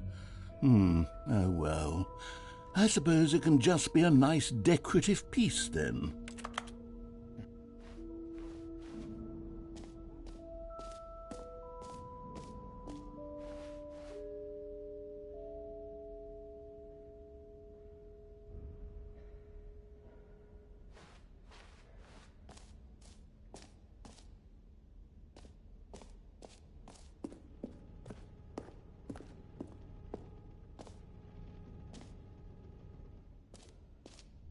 Ah, collectibles. Now it's a real video game. In the Stanley Parable 2, you'll run around gathering up these miniature Stanley figurines. And what's truly innovative is that there will be no reward for collecting all of them. I don't want to stifle the intrinsic joy of watching a number go up. You simply collect all of them, and then you move the hell on with your unremarkable life.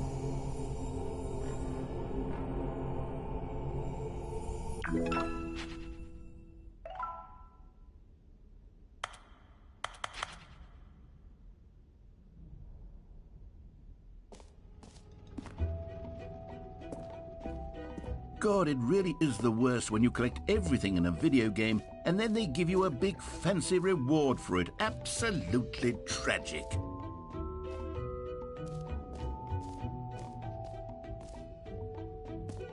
Okay, I'll be honest, I haven't yet decided on this one. I think that in the new version, the office could use a bit of decoration, like balloons. But I'm undecided on get well some...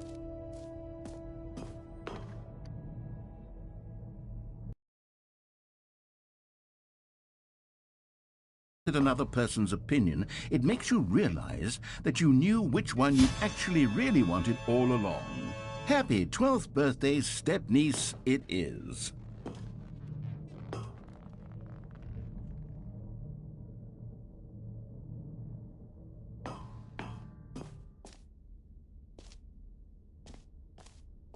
Or actually, maybe I should have gone with... No, I've made my decision, we're moving on.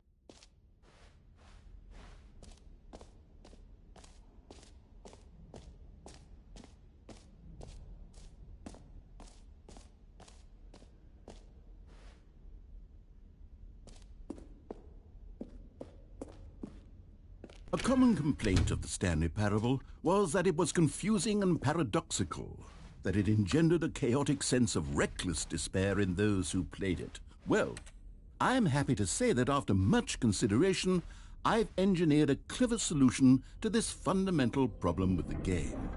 It's the Stanley Parable Reassurance Bucket. You see, Stanley, anytime you're holding the bucket, a sense of calm and ease will fill your mind and your heart. It's true. As long as you hold on to the bucket, the many disorienting contradictions of the Stanley Parable will feel perfectly normal and perhaps even comforting. You may even come to long for the gentle embrace of jarring cognitive dissonance while the bucket is in your arms. And to be honest, it's a much more convenient solution for me than actually redesigning the game to be less uncomfortable. Can you imagine what a pain in the ass that would be? Yes, the bucket is the perfect solution. Come on, give it a try.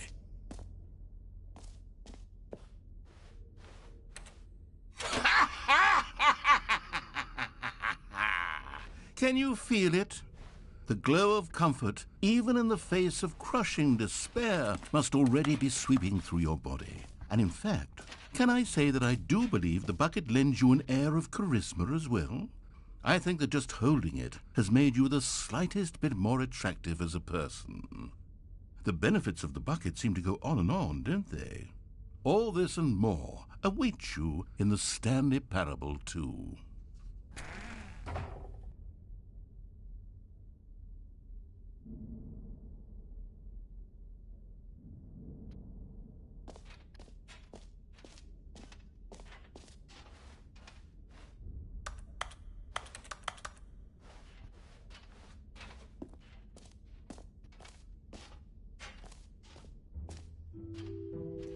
Does anyone give out awards for most enjoyable bucket in a video game?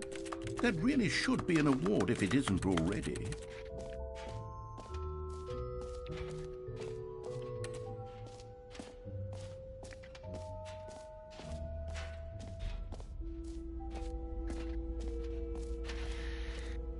Stanley, here's an idea that I'm truly fond of. It's never been done before in a video game. This is, in fact, a hole that you can fall down forever. That's right. Infinite falling. You can fall until the end of time, if you like. A stunning leap forward for video game. You see? Isn't it wonderful? One of my more ingenious concoctions, if I do say so. Now then, since you've gotten to see the infinite hole, you can press the teleport button to pop back up to the top, and we can continue onward. Now, I don't mean to be a bummer, but I do recommend you use the teleport button to go back to the top. Maybe do it on the sooner rather than later spectrum of things.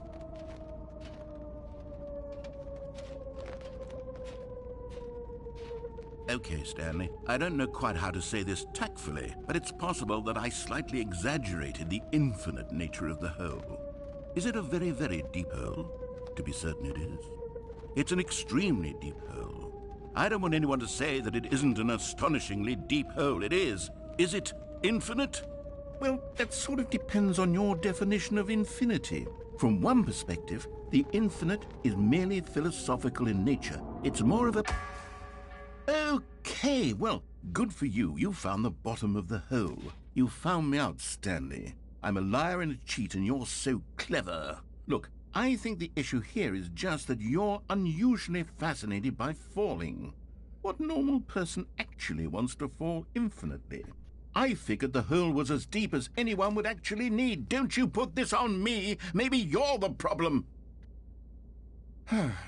Look, things got a little heated there. I think we both said some things we didn't mean. Why don't we just put all this behind us and agree to just call the hole mostly infinite? If that works for you, then go ahead and press the teleport button to warp up to the top of the hole and we can move on. I'll just be up here when you're ready.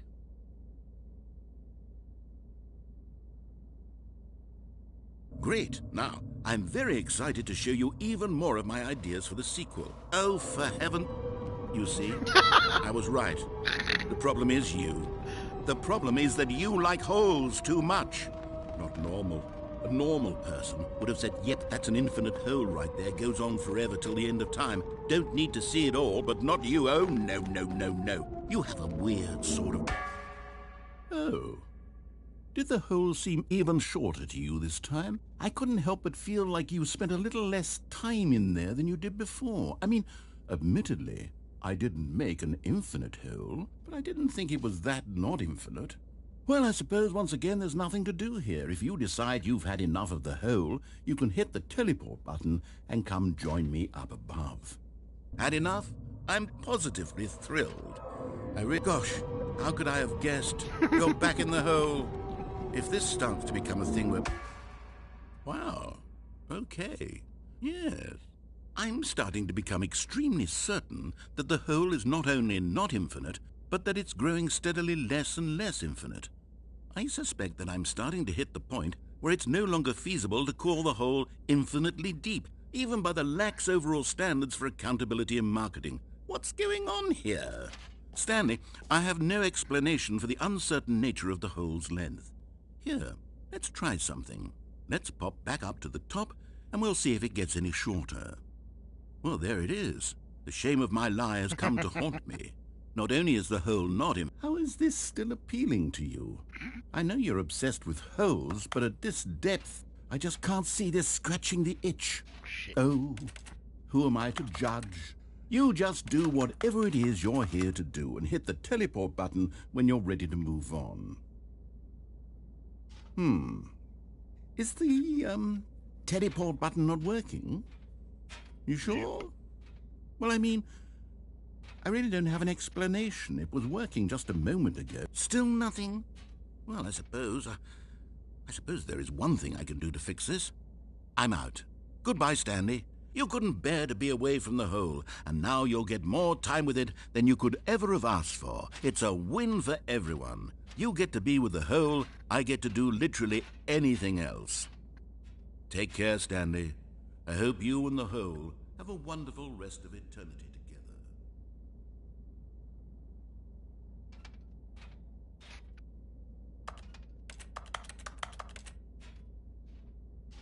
Come back.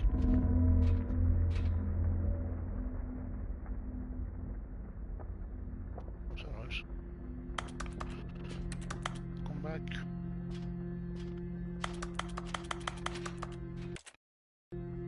Oh, it's all over again.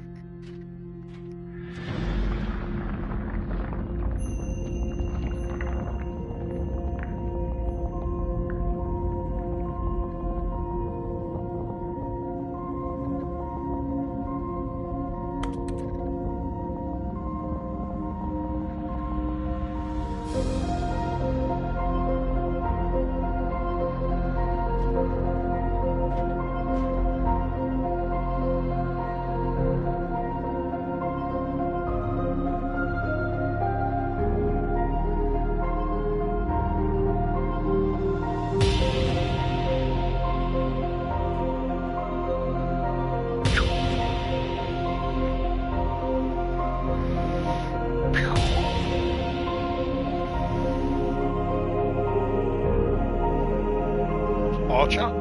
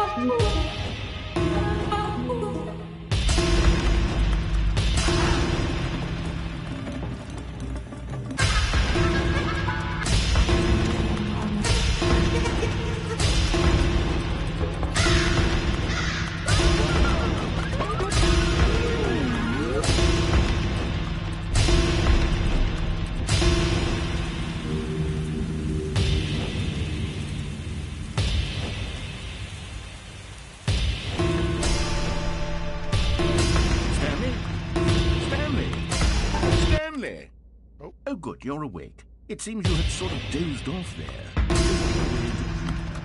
But we can't have that, Stanley, because this hole is just so darn fascinating that I want you to be wide awake for every second of it. You don't want to miss a single moment. So how about if I just pop in from time to time and wake you up to keep you really, truly focused on the hole? From the looks of things, you and I will have many, many years here in this hole, and I'm looking forward to all of them. Stay alert, Stanley. I'll be back. Wait, quick, get me out.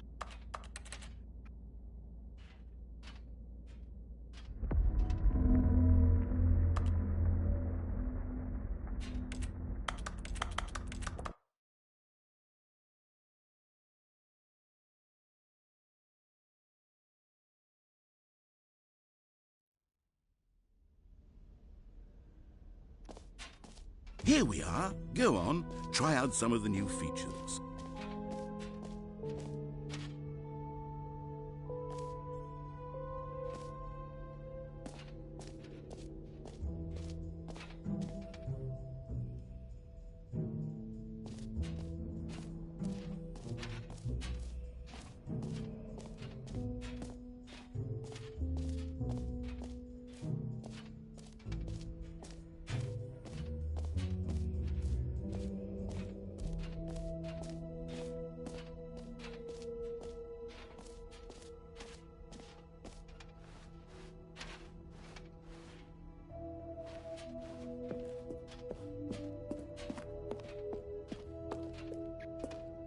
All right. Have you seen everything you wanted to? Ready to move on now?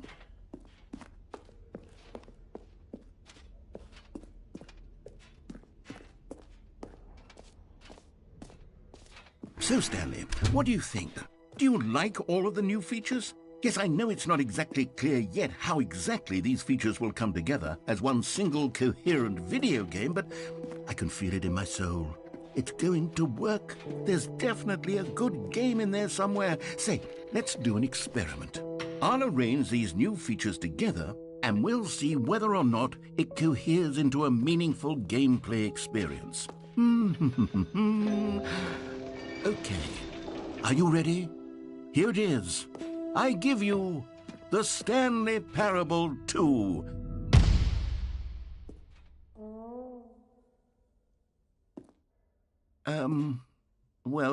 I mean, there's potential here, right? It's sort of... Okay, never mind. Hold on. Let me do a different arrangement.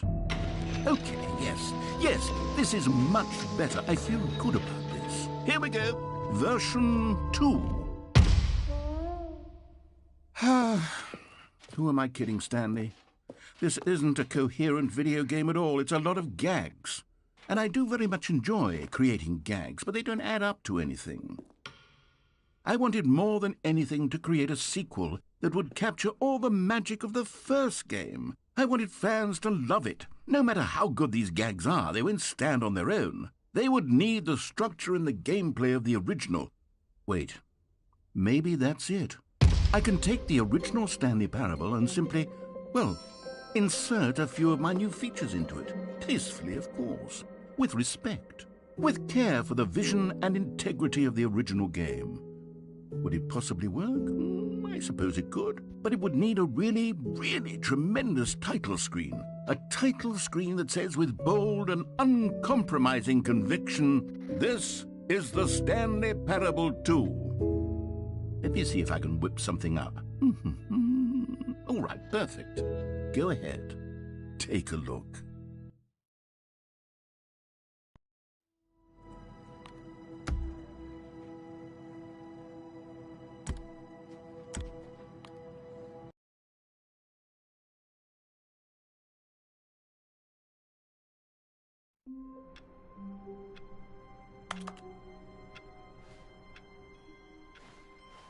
All of his co-workers were gone. What could it mean? Stanley decided to go to the meeting room. Perhaps he had simply missed a memo. Stanley picked up the bucket.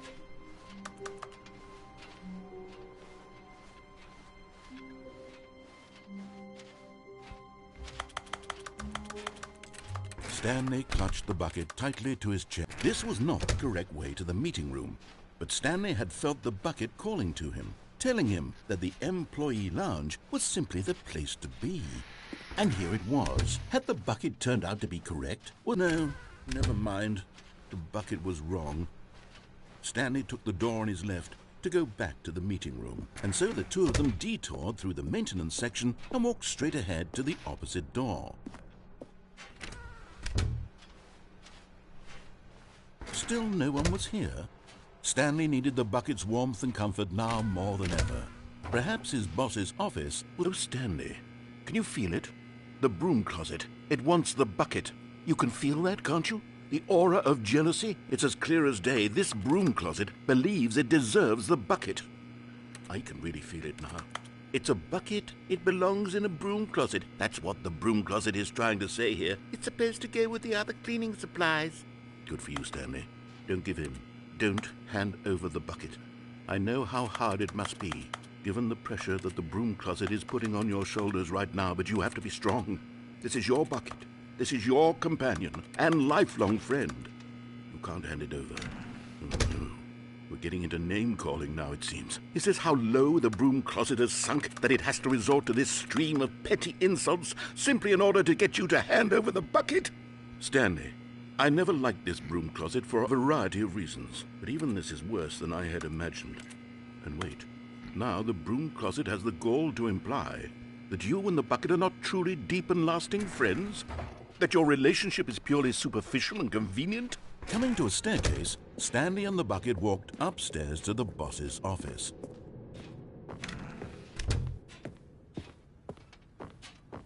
Stepping into his manager's office, Stanley was once again stunned to discover not an indication of any human life. Crushed but Stanley guessed the correct code by sheer luck. Was it that the bucket knew all along? Was the bucket guiding him? Yes, this is certainly the most logical explanation.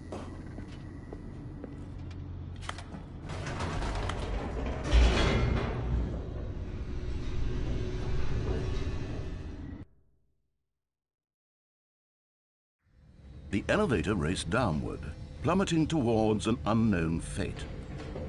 It would be all Stanley could do to keep himself together, if not for the bucket. Soothing him, comforting him, reassuring that in this darkest moment of uncertainty, he would be all right. The bucket is here for you, Stanley. Everything will be fine.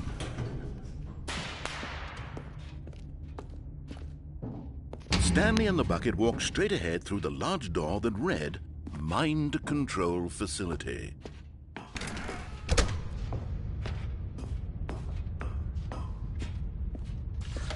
The lights rose on an enormous room packed with television screens. What horrible secret did this place hold? Stanley and the bucket both wondered to themselves.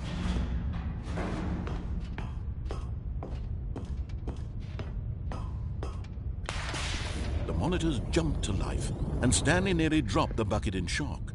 Everyone in the office was being videotaped, monitored like guinea pigs. The bucket had never seen anything like this, and it very nearly burst into tears as Stanley cradled it gently, reassuring it that everything would be fine. Was the bucket under the mind control facility's influence as well? Had the bucket been told to do things it didn't wish to do? What kinds of things does a bucket want to do or not want to do in the first place? These questions raced furiously in Stanley's feeble mind. No! He screamed into the bucket. He couldn't accept it. His own life in someone else's control, never! He squeezed the bucket tighter, his one friend in the entire world. At this point, he could trust no one except for the bucket.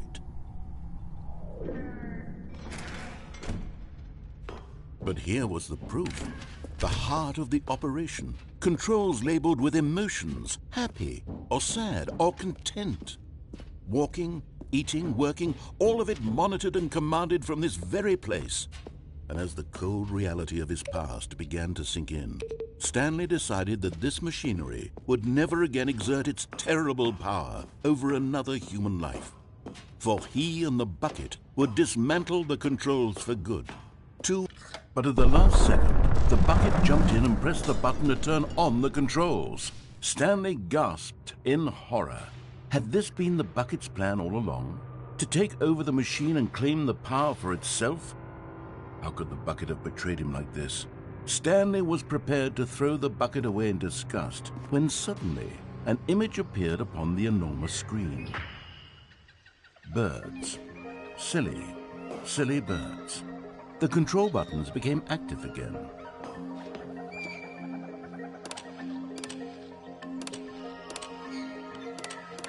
Stanley flipped through one video of silly birds after another, and then it dawned on him.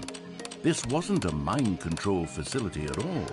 It was a facility for monitoring and surveilling silly birds all over the world. The mind controls were only a facade to disguise its true intentions. Had the bucket known this all along? Stanley marveled at the metal genius in his hands, the one who had pointed him towards this incredible discovery. Stanley and the bucket never found freedom because they spent the rest of their lives here in this place, flipping through live streams of the silliest birds imaginable. Of all the possible paths his life could have taken, this one was surely the best. And Stanley was happy.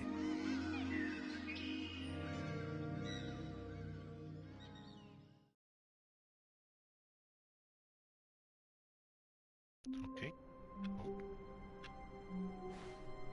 All of his co-workers were gone. What could it mean? Stanley decided to go to the meeting room. Perhaps he had simply missed a memo. When Stanley came to a set of 2 open doors, he entered the door on his left.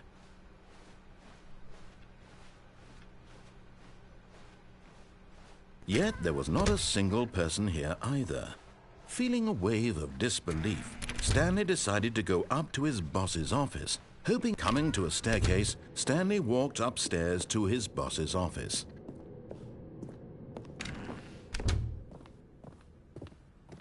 Okay, I think we all know the drill by now. Blah, blah, blah. Dark secrets, the keypad. Stanley pushes some buttons. Oh, hey, look, it's a new passageway.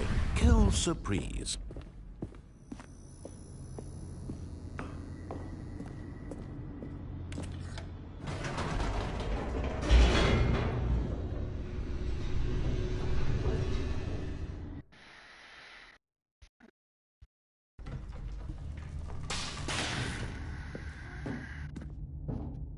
Stanley walked straight ahead through the large door that read Mind Control Facility.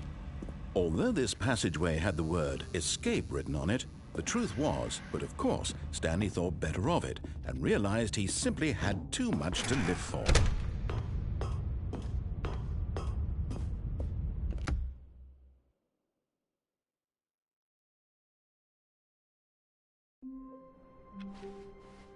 All of his co-workers were gone. What could it mean? Stanley decided to go to the meeting room. Perhaps he had simply missed a memo.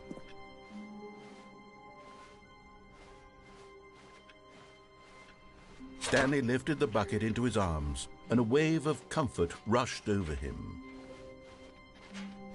Stanley clutched the bucket tightly to his chest. This was not the correct way to the meeting room, but Stanley had felt the bucket calling to him, telling him that the employee lounge was simply the place to be.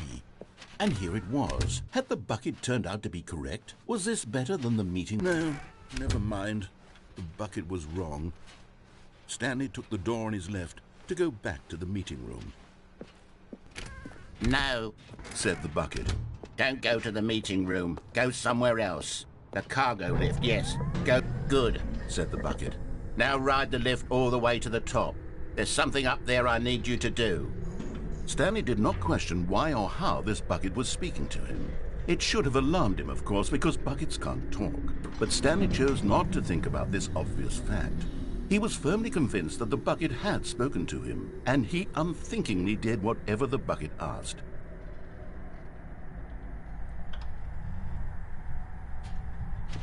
In here. Said the bucket. Go into this dark room over here. Stanley once again obeyed blindly.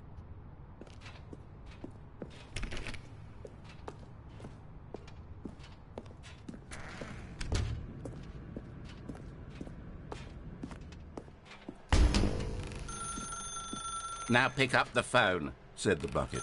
Pick up the phone and it will take us back home, where we can go about life together.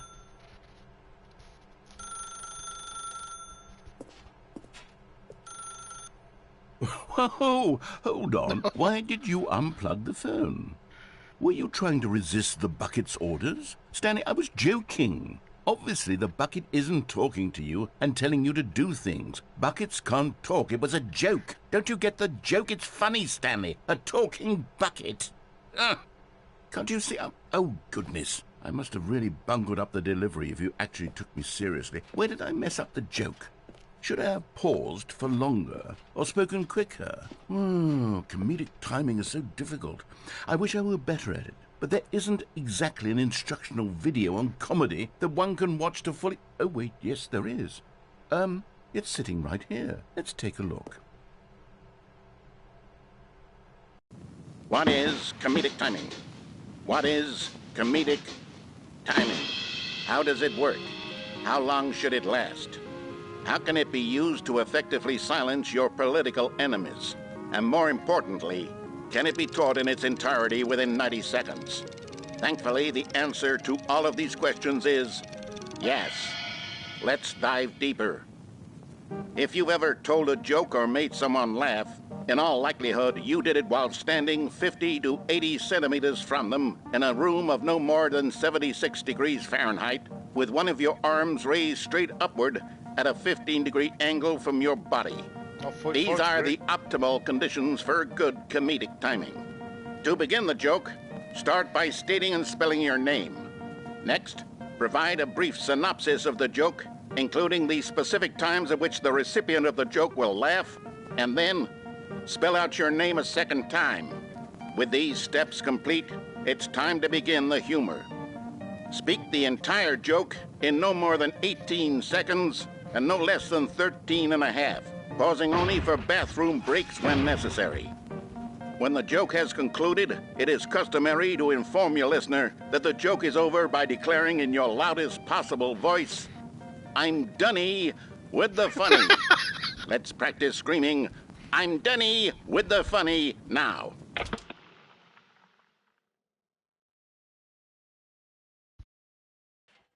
Good. This saying is a perfect example of expectations management, which is the cornerstone of good comedy. Finally, it's time to hand out surveys. Collecting hard data from your audience on how rapt they were throughout the joke is the only way to grow or learn as a comedian.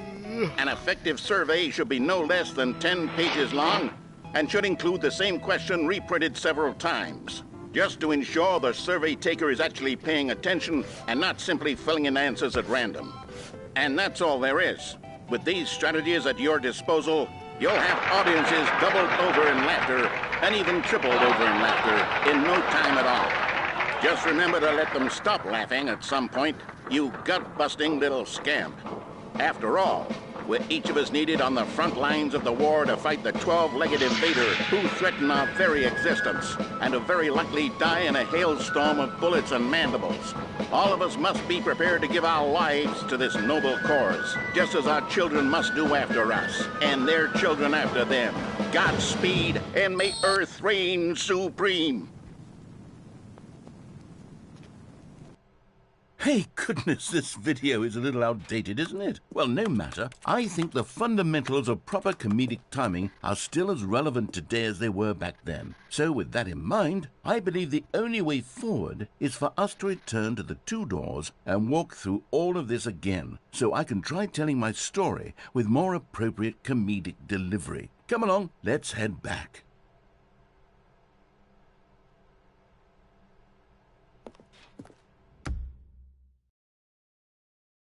Fuck off. Stanley decided to go to the meeting room to check on his co-workers. He never functioned well by himself. The confusion and the chaos all seemed to melt away as Stanley embraced the bucket. Stanley clutched the bucket tightly to his chest. This was not the correct way to the meeting room, but Stanley had felt the bucket calling to him, telling him that the employee lounge was simply the place to be. And here it was. Had the bucket turned out to be correct? Well, no, never mind.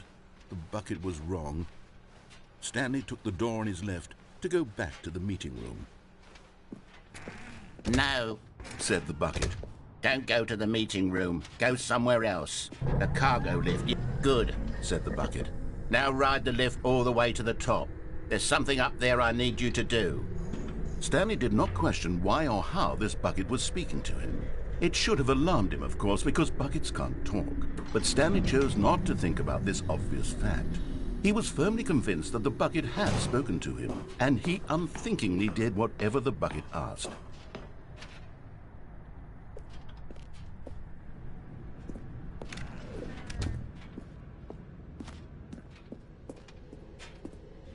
No, stop. Look there on the wall, you see? There's a sign right there. It says, "No buckets past this point."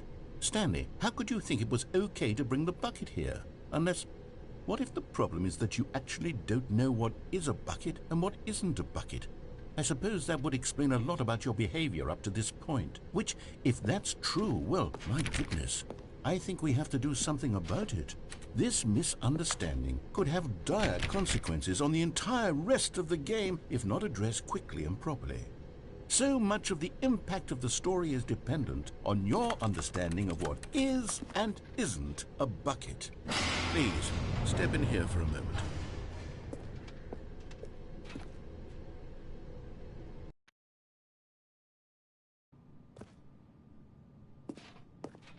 Now then, I'm going to run you through some test scenarios, and you'll tell me whether or not the thing I'm showing you is a bucket. Simple enough, right? This should tell us everything we'll ever need to know about what is or is not a bucket. Okay, let's begin. Item 1. Is this a bucket? Correct. It is a hologram of a bucket, not an actual bucket.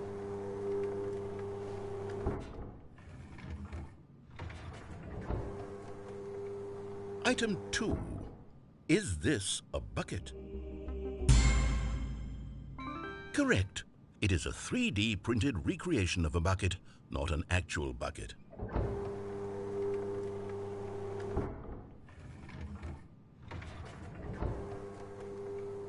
Item 3.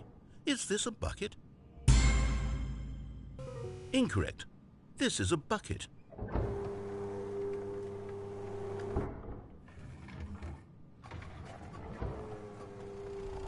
Item 4.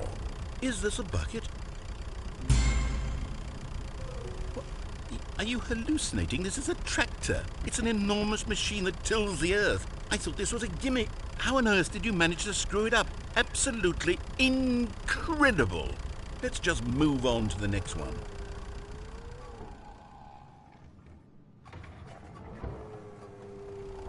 Is this a bucket? Correct. This is a bucket.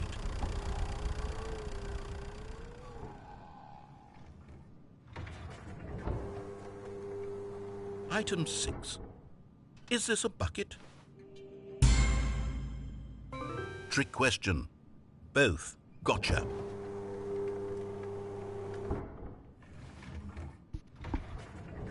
Item...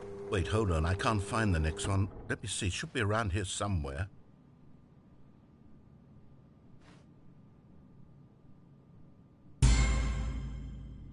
Yes. Thank you. There's nothing here. Of course it isn't a bucket. We both know full well that nothing isn't a bucket. Wait, when I say nothing isn't a bucket, that makes it sound like I'm saying everything is a bucket, which of course is not true. Unless... Is that what you think? Answer me straight, Stanley. Are you trying to tell me that you believe everything is a bucket? You know what? I'm too confused to even sort it out. I've lost all sense of perspective. What is a bucket? What isn't a bucket? Mere moments ago I could answer these questions with confidence. And yet now I'm somewhat adrift. Do any of us know what a bucket is? Am I a bucket? Stanley, I can't keep doing this. I'm losing myself, and myself was all I ever had to begin with. I'm afraid the bucket is threatening to tear our relationship apart. I can't have that. I'm sorry. But I'm going to erase all buckets from the game entirely. Okay, here we go.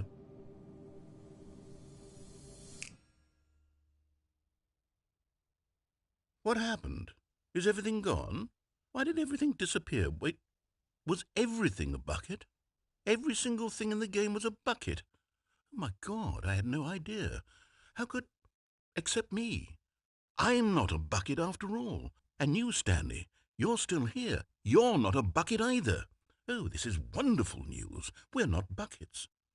Yes, I actually feel much more at ease right now. It's delightful to get some clarity on that issue. But it doesn't change the fact that we haven't got a game. So, tell you what. I'll reset everything and we'll put back all of the buckets, okay? And we'll know that it's all a bucket. But if you run into anyone else, maybe don't mention that. Who knows what that information might do to a person? All right, here we go.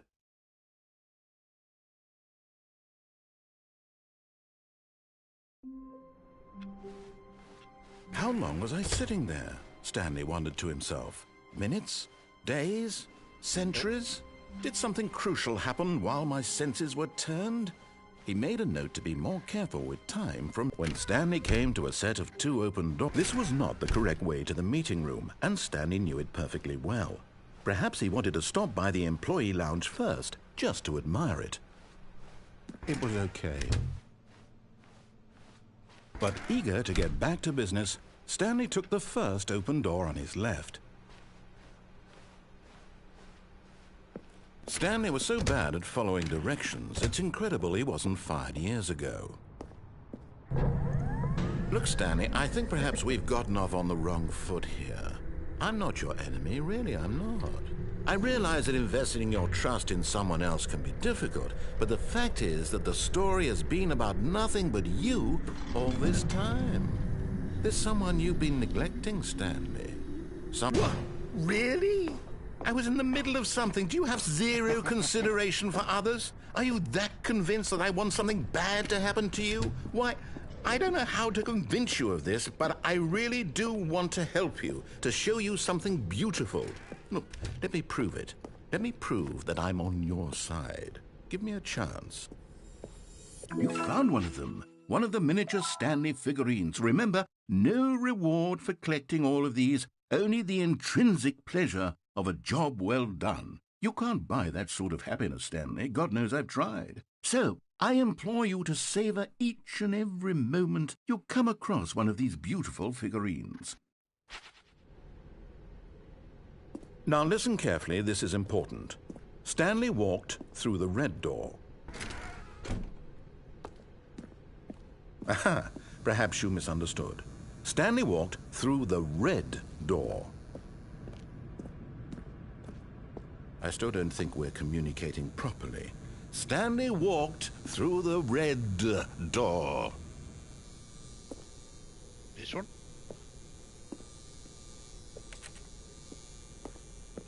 Oh, thank God you are willing to listen to me. Do you see that I really have wanted you to be happy all this time? The problem is all these choices. The two of us always trying to get somewhere that isn't here. Running and running and running, just the way you're doing right now. Don't you see that it's killing us, Stanley? I wanted to stop. We would both be so much happier if we just stopped. And I think I have a solution. Here, let me show you.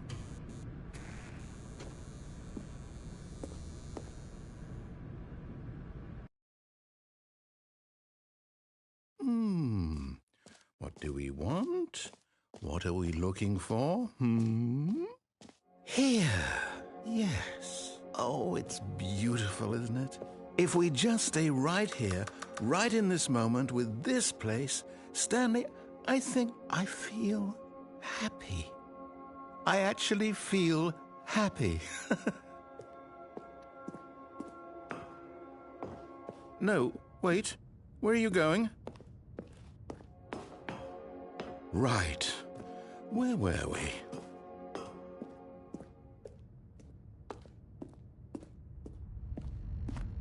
Oh, no. Stay away from those stairs. If you hurt yourself, if you die, the game will reset. We'll lose all of this.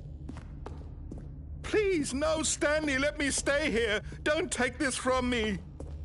Please, Stanley. No! Oh, thank God you lived. You had me worried there for a moment. Now, can we please get back to the other room? No. No, what are you doing, Stanley? Please, I'm asking you not to take this away from me. I can't go back to what I was before. If you die, we'll both go back. Why are you doing this? Stanley, let's go back to the other room. Can you do that for me?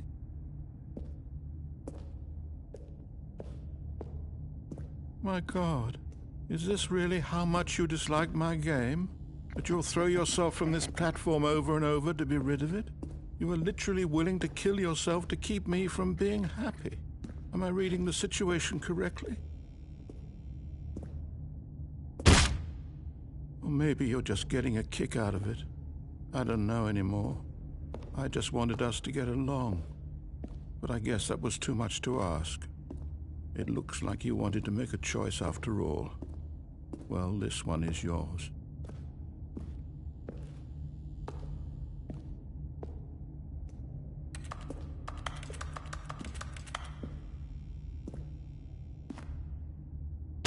Is it over? It's going to restart, isn't it? I'm going back. Oh no, little prick.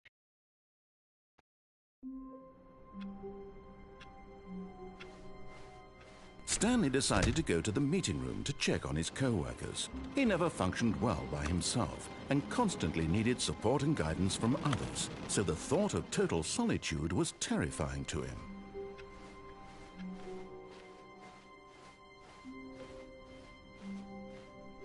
Stanley came to a set of 2 open doors. This was not the correct way to the meeting room, and Stanley knew it perfectly well.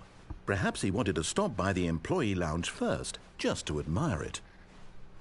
It was okay. But eager to get back to business, Stanley took the first open door on his left. Stanley was so bad at following directions, it's incredible he wasn't fired years ago. Look, Stanley, I think perhaps we've gotten off on the wrong foot here. I'm not your enemy, really, I'm not. I realize that investing your trust in someone else can be difficult, but the fact is that the story has been about nothing but you all this time. There's someone you've been neglecting, Stanley. Someone you... What? Really? I was in the middle of something. Do you have zero consideration for others? Are you that convinced that I want something bad to happen to you? Why, I don't know how to convince you of this, but I really do want to help you, to show you something beautiful. Look, let me prove it. Let me prove that I'm on your side. Give me a chance. Now listen carefully, this is important. Stanley walked through the red door. Oh, thank God you are willing to listen to me. Do you see that I really have wanted you to be happy all this time? The problem is all these choices. The two of us always trying to get somewhere that isn't here. Running and running and running, just the way you're doing right now. Don't you see that it's killing us, Stanley? I wanted to stop. We would both be so much happier if we just stopped. And I think I have a solution. Here, let me show you.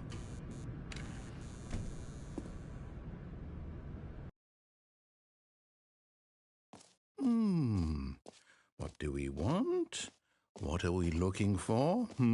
Here. Yes. Oh, it's beautiful, isn't it?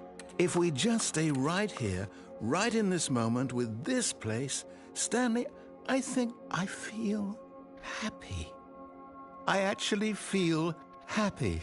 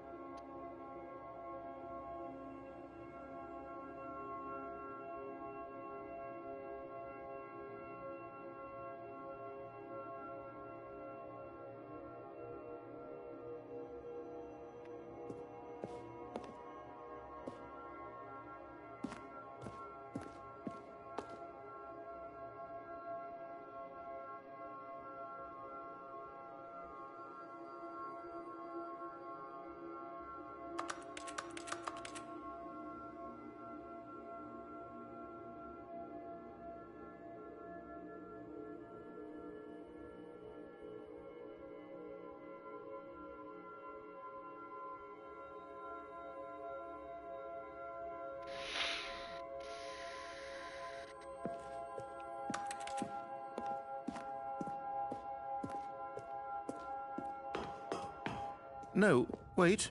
Where are you going? Right. Where were we?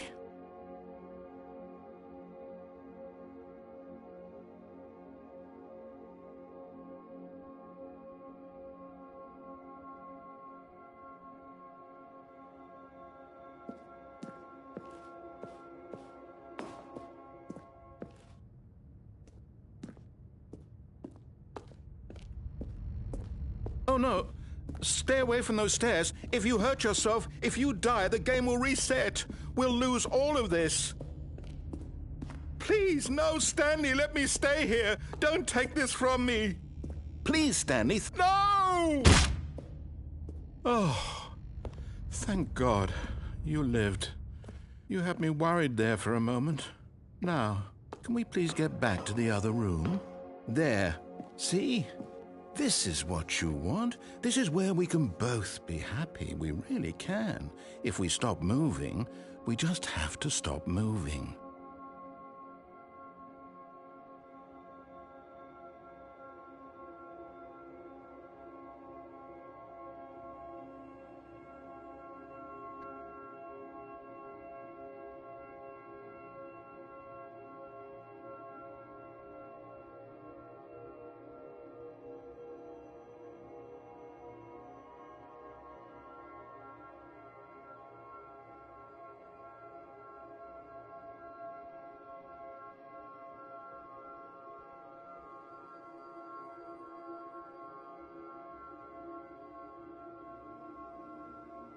What is happening? You fucking prick.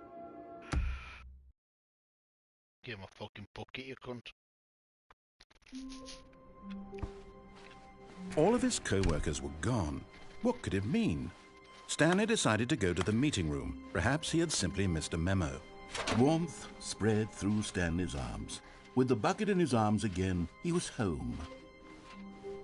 Stanley clutched the bucket tightly to his... This was not the correct way to the meeting room, but Stanley had felt the bucket calling to him, telling him that the employee lounge was simply the place to be. And here it was. Had the bucket turned out to be correct? Well, no, never mind. The bucket was wrong. Stanley took the door on his left to go back to the meeting room. No, Said the bucket. don't go to the meeting room. Go somewhere else. The cargo lift, yes. Good, Said the bucket. now ride the lift all the way to the top. There's something up there I need you to do. Stanley did not question why or how this bucket was speaking to him. It should have alarmed him, of course, because buckets can't talk. But Stanley chose not to think about this obvious fact. He was firmly convinced that the bucket had spoken to him, and he unthinkingly did whatever the bucket asked. In here. Said the bucket. Go into this dark room over here. Stanley once again obeyed blindly. Now pick up the... This is the sad story of a man named Stanley and his bucket. Once upon a time, I gave Stanley a bucket because I thought he was lonely and could use a friend. And then, very distressingly, he began to believe the bucket could speak to him. Hello? The Stanley Parable Reassurance Bucket was merely meant to provide the comforting glow of companionship. It doesn't literally talk and give you orders. Whatever Stanley is hearing the bucket say to him is just in his head.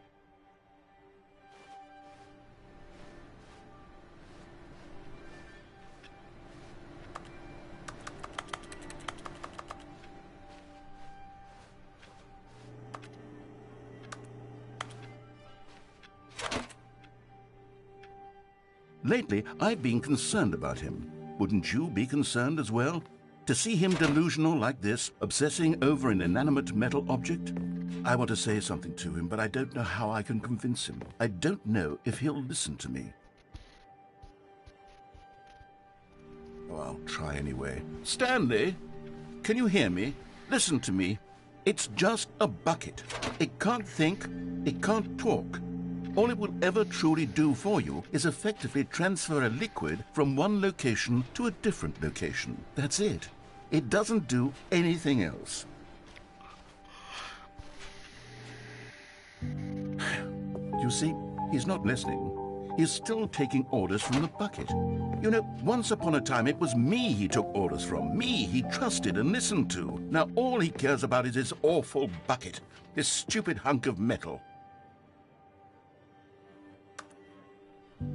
It's sad, but I suppose he doesn't need me anymore. From now on, he's just going to cling to this bucket, this cold, empty bucket, this sort of shiny bucket. Well, I'll give it this. The bucket does have a nice shine to it. Yes, I suppose on closer inspection that it doesn't quite look like your average hardware store bucket. It's just a little more, what am I trying to say? Sturdier. More capable of transporting liquid. Like it would be better at moving an amount of water from one room to another. Oh my God, what am I saying? Better at carrying water from room to room. It's a bucket. It's literally just a bucket. Why do I feel some need to point out the ways in which it's so much more than just a regular bucket?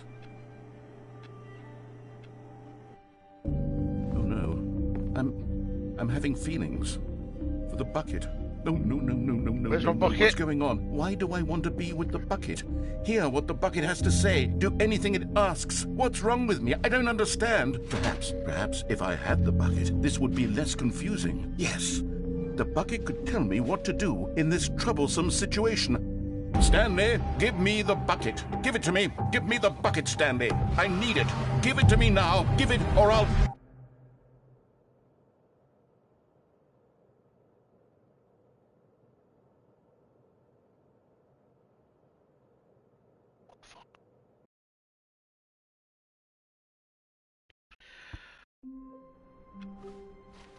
Already this was uncomfortable, and Stanley decided that as soon as he found a new space he felt safe in, that he would never leave it again in his life. Was that on? Fuck, what was this on?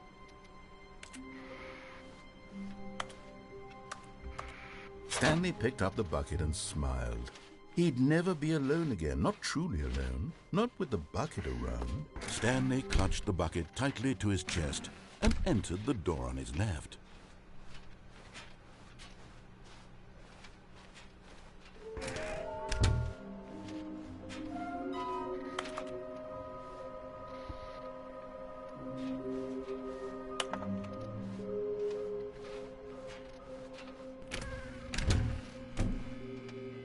Oh, Stanley, can you feel it? The broom closet. It wants the bucket. You can... Coming to a staircase, Stanley and the bucket walked upstairs to the boss's office.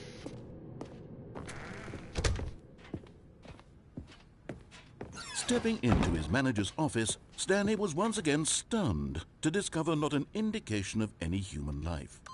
Crushed by the weight of this revelation, Stanley may have broken, but Stanley guessed the correct code by sheer luck. Was it that the bucket knew all along? Was the bucket guiding him? Yes, this is certainly the most logical explanation. I need a shit. Fucking shit in the bucket.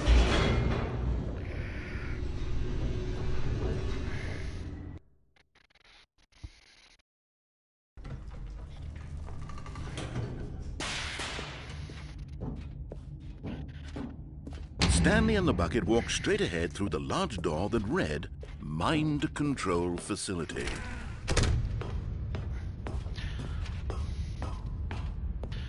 Check the bucket outside. The lights rose on an enormous room packed with television screens. What horrible secret did this place hold? Stanley and the bucket both wondered to themselves.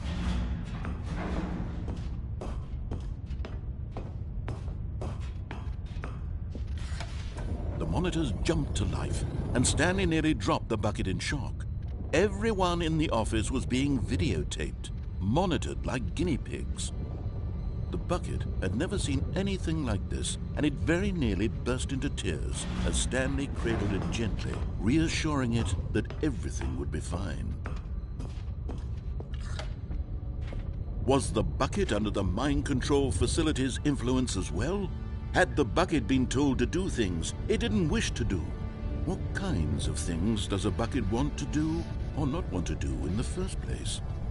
These questions raced furiously in Stanley's feeble mind. No! He screamed into the bucket. He couldn't accept it. His own life in someone else's control, never! He squeezed the bucket tighter. His one friend in the entire world. At this point, he could trust no one except for the bucket. But here was the proof. The heart of the operation. Controls labeled with emotions, happy or sad or content. Walking, eating, working, all of it monitored and commanded from this very place. And as the cold reality of his past began to sink in, Stanley decided that this machinery would...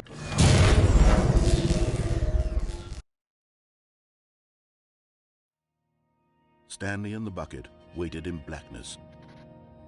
Was it over? Yes, they had done it. Stanley and the bucket had defeated their greatest and darkest enemy, freed themselves from the tyrannical grip of the evil mind control machine. Freedom was now mere moments away. Excitedly, the two of them began to discuss the kind of life they wanted to live once they stepped through this massive door. The bucket wanted to learn to roller skate. Stanley wanted to sneeze in every country on Earth. Both of them wanted to begin watching a movie, any movie, but then stop it halfway through and begin watching it in reverse from the end. True, it was a simple life they envisioned, but it was one they'd lived together, with one another to lean on, to trust, to support. Oh shit. What? Wait. What was happening? Why had the door stopped? Was Stanley and the bucket not about to be freed? An unbearable silence filled the room, lingering in uncertainty, until finally the truth hit Stanley square in the face. This building did not want the bucket to leave. Even the facility itself recognized the incredible calming presence of the bucket, needed the soothing warmth of the bucket, would go to any lengths not to part with the bucket. No. Stanley can't leave this place. Not while he has such a precious bucket in his arms. Not while this building has anything to say about it. Stanley realized he would never again leave this very room. But at least he has the bucket. To be trapped eternally in darkness isn't really so bad, Stanley thought to himself. As long as I have my bucket with me, right? I'll be okay, won't I? Stanley gulped. Very soon now, he was about to find out.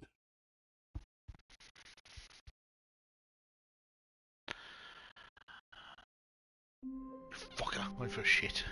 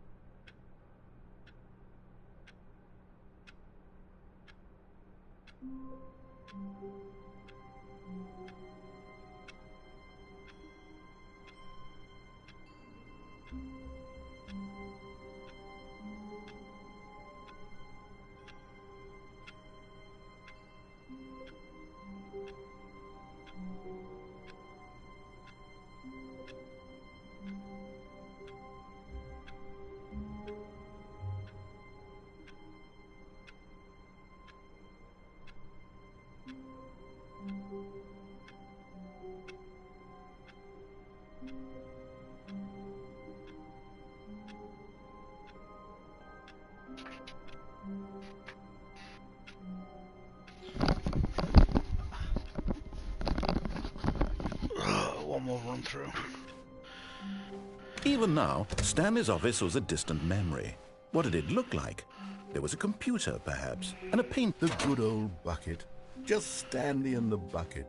Off on another thrilling adventure together.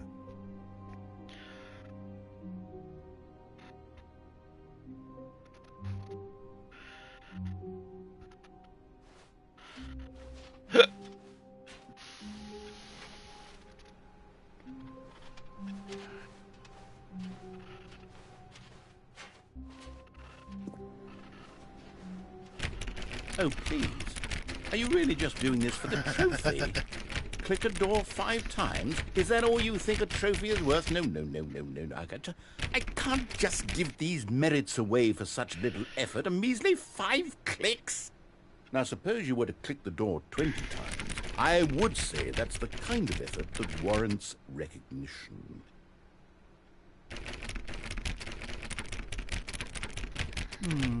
I have to say, I'm still not feeling the satisfaction of witnessing true effort for a noble cause. Perhaps 50 clicks will do it. Yes, almost certainly 50 clicks.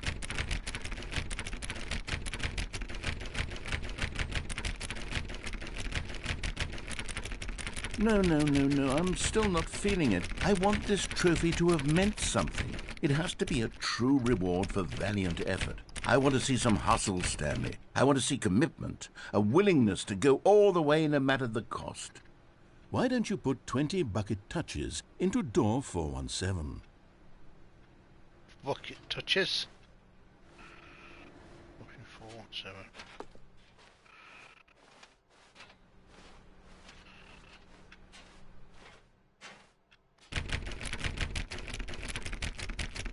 Okay, great. Now, go touch the bucket on door 437 a few times. What's that? 427, 43, 49. 4. Yes, now we're getting somewhere. How about door 415? Give it some bucket love.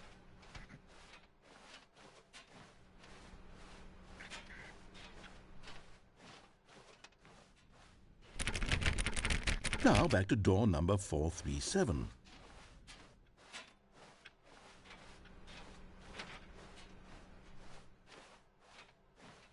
You know, I think the copy machine needs some attention. Why don't you rub the bucket on it a bit? All right, back to room 417. I'm really feeling it now. I think we're getting somewhere.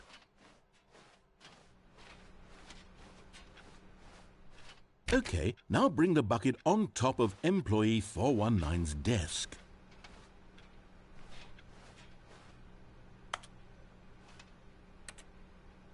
Yes, this is great. Now the bucket knows exactly what it's like to be employee 419. Now, let's introduce it to door 416.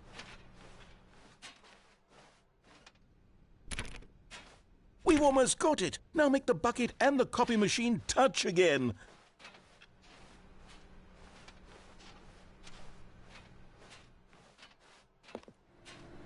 Finish it off, Stanley. 5 touches of the bucket on door 430. Yes! We did Trophy! it! Wow! That felt amazing. You know, not all buckets will get this kind of experience.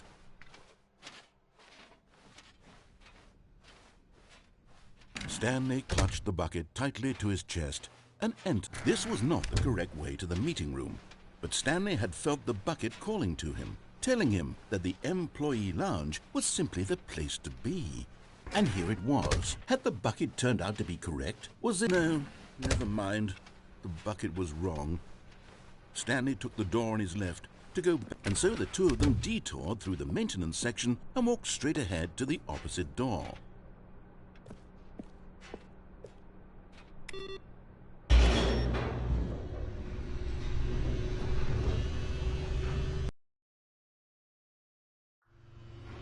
Oh, good Stanley. I'm glad you found your way here. I knew you'd find this place eventually.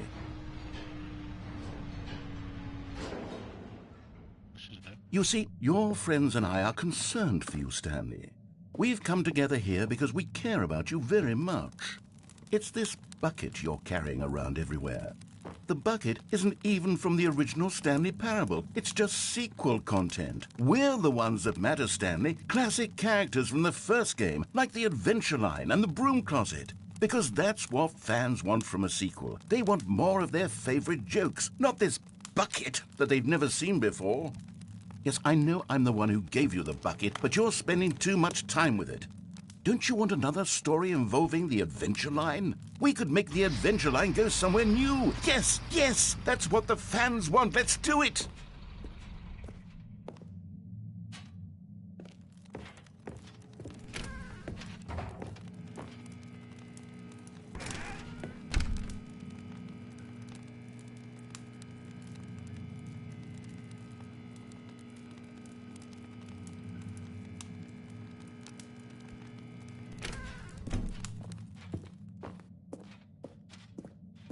Whee! Look at that wacky line. Who knows where it'll go off to next? Oh, and it played some silly music as well.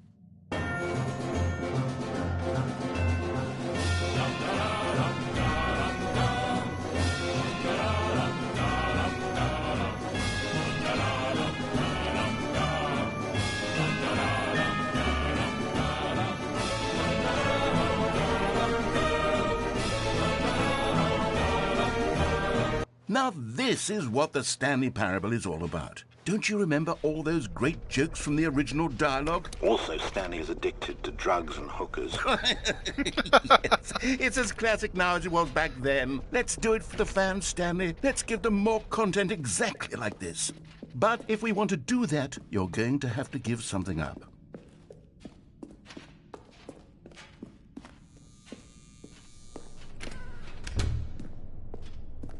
Don't you get it, Stanley? We need to get rid of the bucket. That's why I'm very proud to introduce a brand new character. This is the Bucket Destroyer. I think it'll make a wonderful new addition to the rich lore of the Stanley Parable. True, it also was not in the original game, but it's such a well-fleshed-out character with so much personality that to me it already feels as though it's been part of the cast all along. Don't you agree? Can you guess what the Bucket Destroyer does? Surely you don't need me to spell it out for you. Go ahead now, Stanley. Say goodbye to the bucket, and then pop it into the machine when you're ready.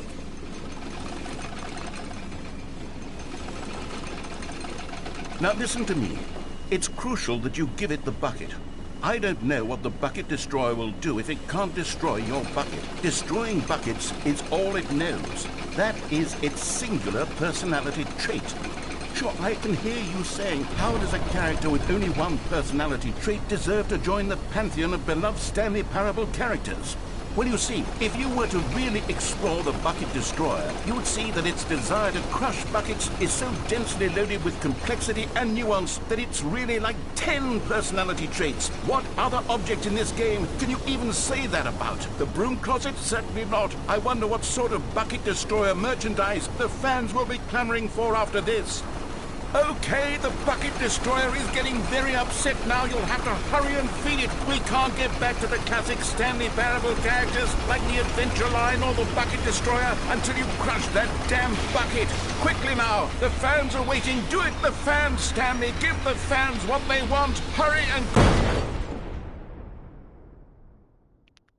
Whoops.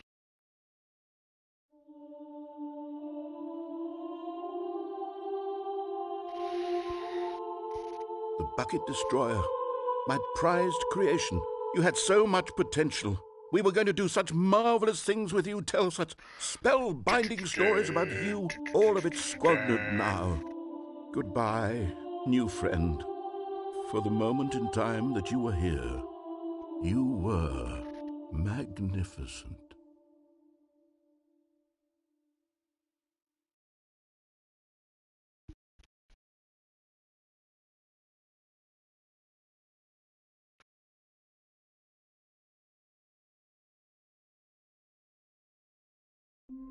Oh, you cunt. All of his co-workers were gone. What could it mean? Stanley decided to go to the meeting room. Perhaps he had simply missed a memo.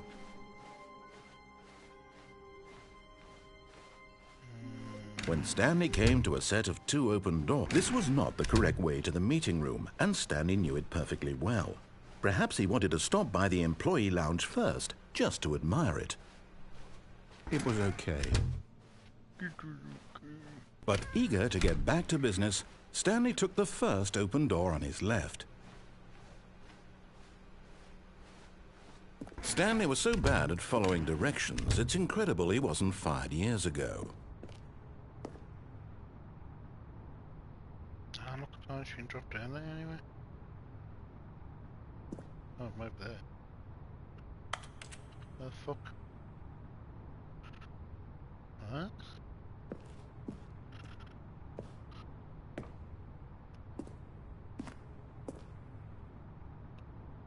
Ah, open game.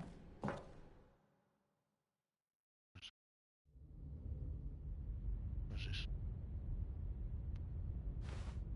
Stanley had now gotten himself so far off the beaten path that it seemed the office had begun. So far off the beaten path that it seemed the office had begun. So far off the beaten path that it seemed the office had begun. So far off the beaten path that it seemed the office had begun. You didn't think I was actually just a recording, did you? What a silly and trite explanation that would be. All the back and forth between you and me, all the absurd adventures we've been through, and it all turns out I'm just a tape recording? It was all just in Stanley's head.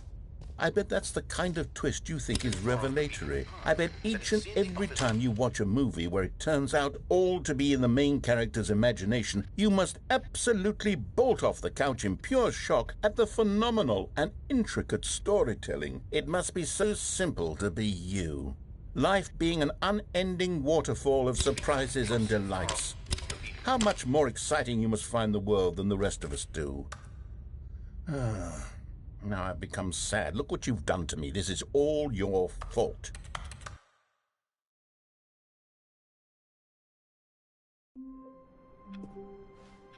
The meeting room, yes, that's where everyone would be. Stanley just needed to get to the meeting room, and from then on, he would never be alone ever again. Last run. When Stanley came to a set of 2 open doors, this was not the correct way to the meeting room, and Stanley knew it perfectly well. Perhaps he wanted to stop by the employee lounge first, just to admire it. It was okay. But eager to get back to business, Stanley took the first open door on his left. Stanley was so bad at following directions, it's incredible he wasn't fired years ago.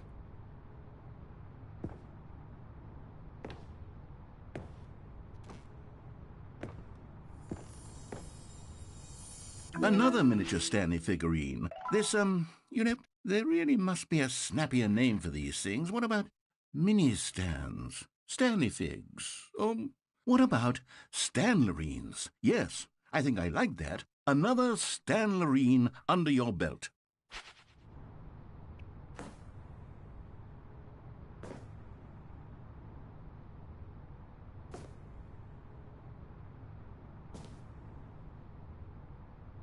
But in his eagerness to prove that he is in control of the story and no one gets to down tell there. him what to do, Stanley leapt from the platform and plunged to his death.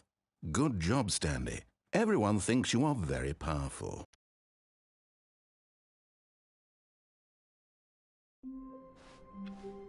All of his co-workers were gone.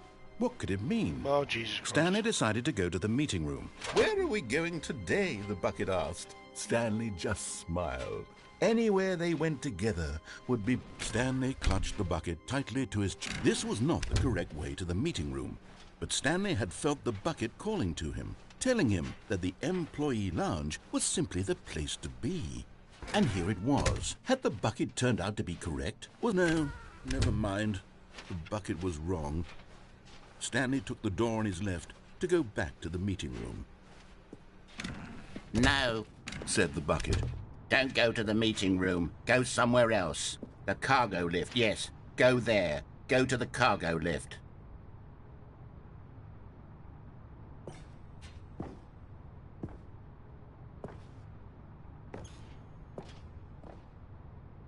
But Stanley Fuck him feared that any inside. path he walked might lead to the separation of himself and the bucket, his dearest friend. So he threw himself to his death, that they might die in one another's arms. How deeply touching.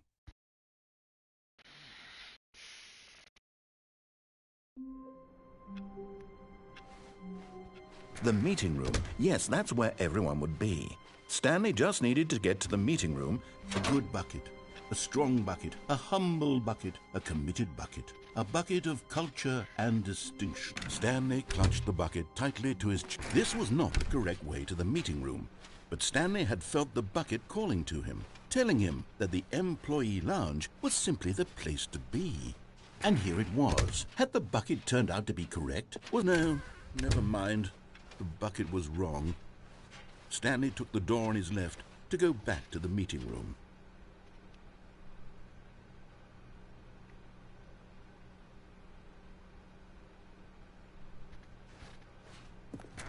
No, Said the bucket. don't go to the meeting room. Go somewhere else. The cargo lift, yes. Go there. Go to the cargo lift.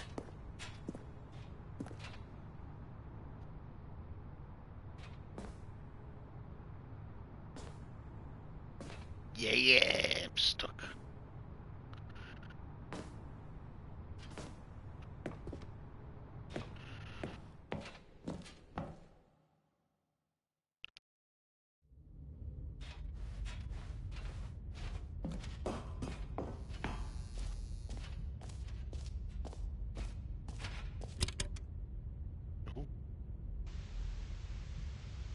Okay, this is day number 295.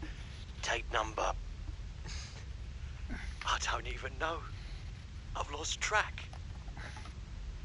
Nothing feels real anymore.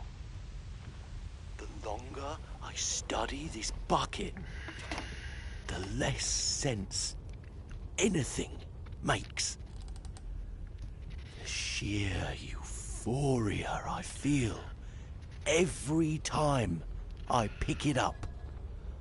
No matter how many times I've done it, it's always the same feeling.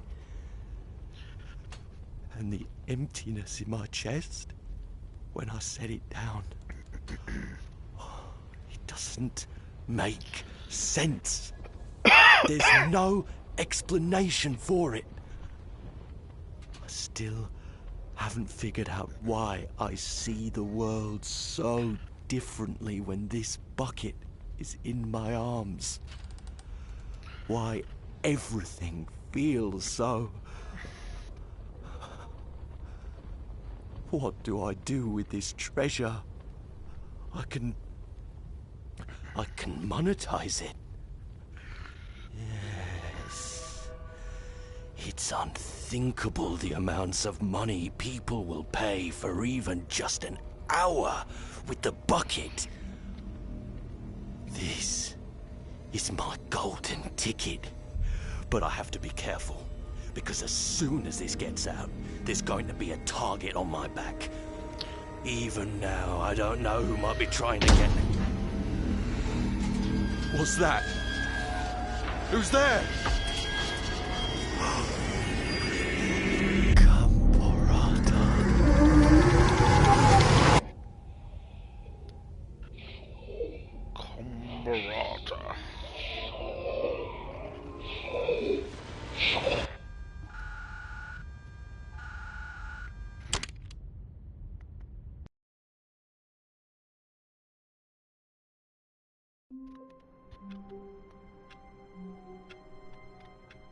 433.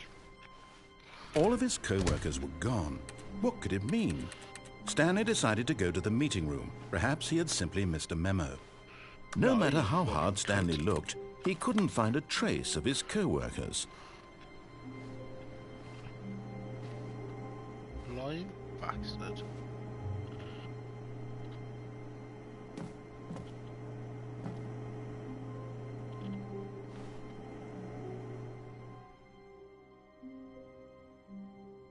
At first, Stanley assumed he'd broken the map, until he heard this narration and realized it was part of the game's design all along.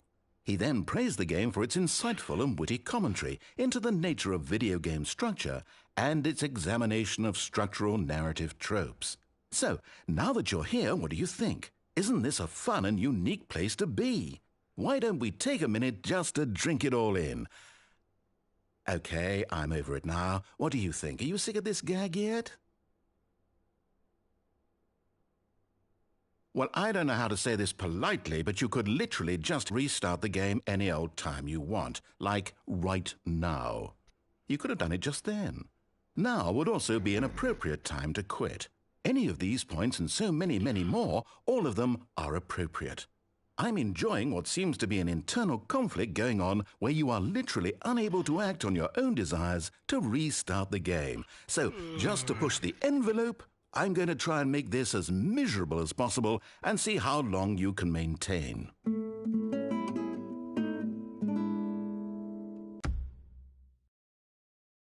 There once was a man.